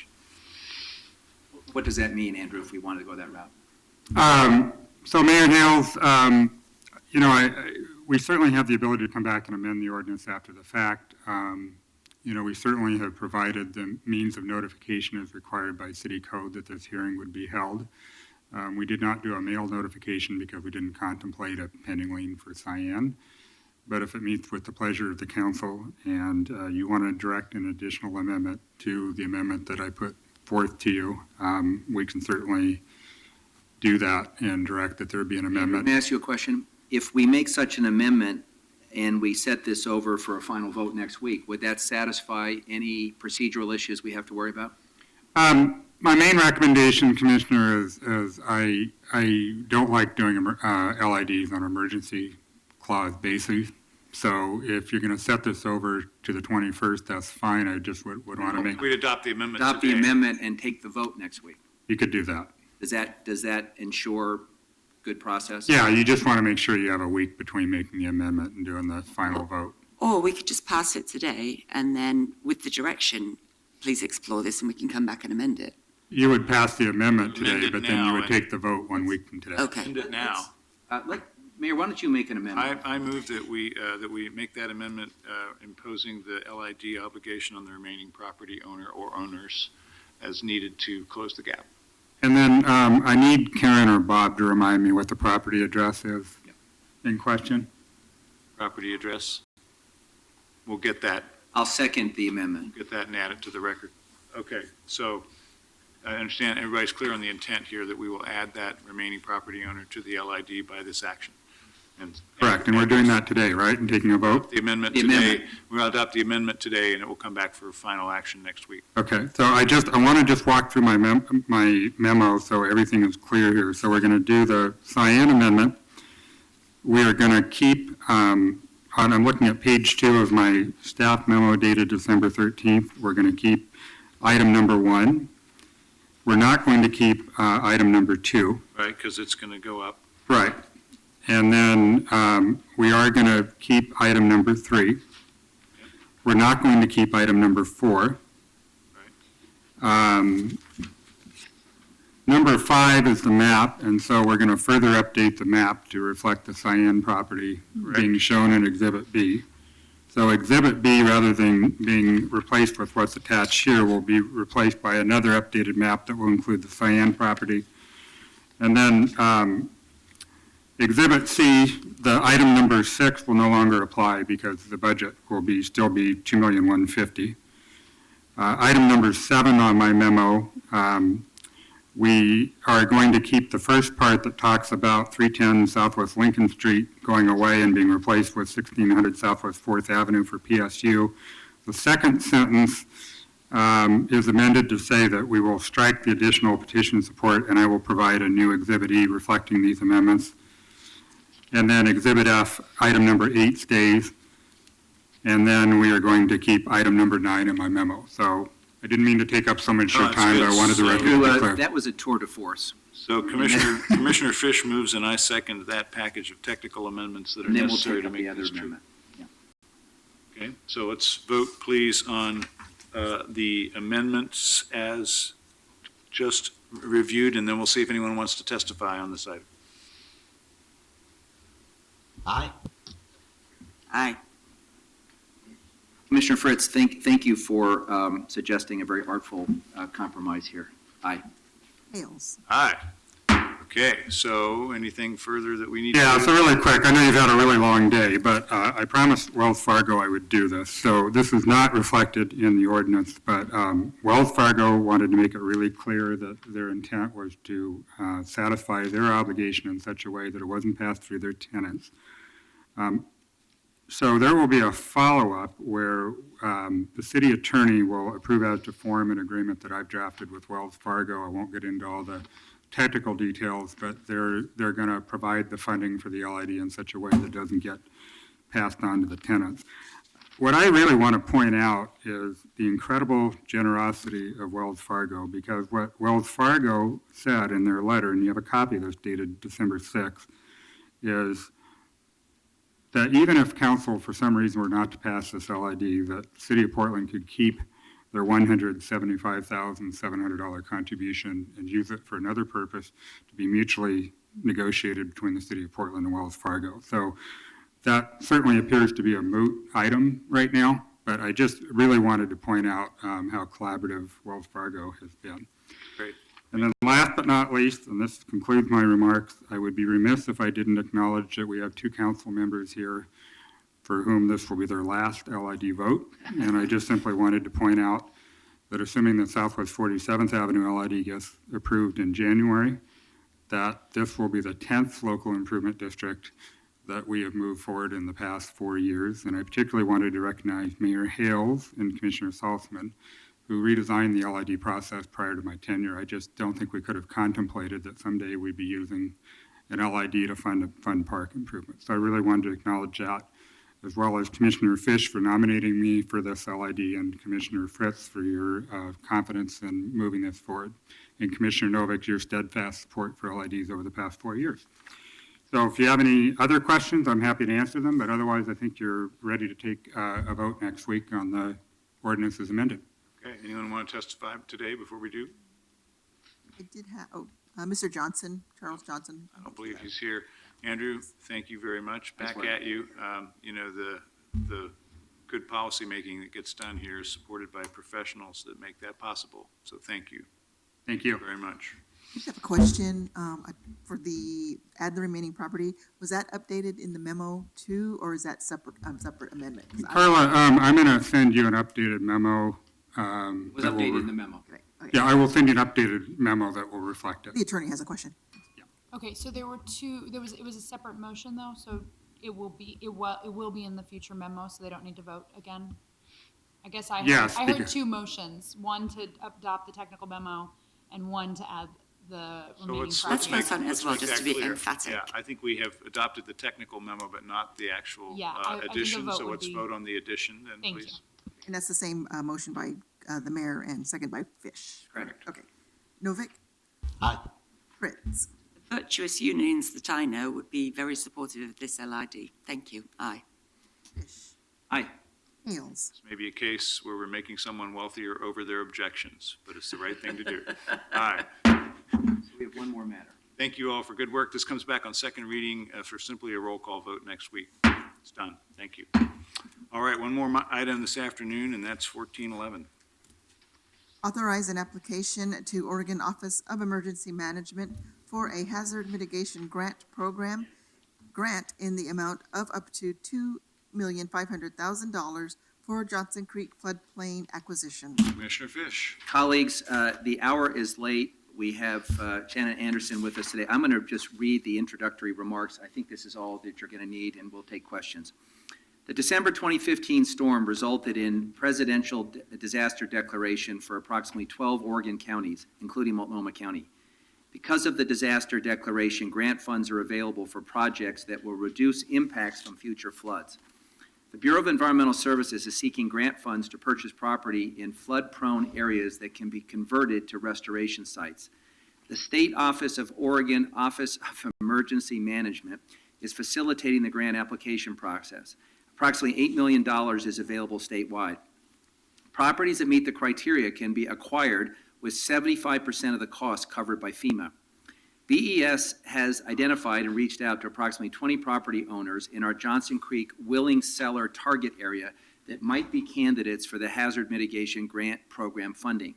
10 property owners have signed a voluntary participation form to pursue sale of their properties. Our grant request is approximately $2.5 million with a proposed city contribution of approximately $750,000 from Johnson Creek Willing Seller Program funds. BES first purchased flood-prone properties in Johnson Creek in 1996 under the same grant program. Since then, the city has restored 150 acres of natural area and created 250 acres acre feet of flood storage. Foster Road, which once flooded an average of once every year, is now susceptible of flooding only about once every 6 to 8 years, reducing damage and inconvenience to businesses, residents, and commuters. That's the ask. You said it all. Good afternoon. Questions?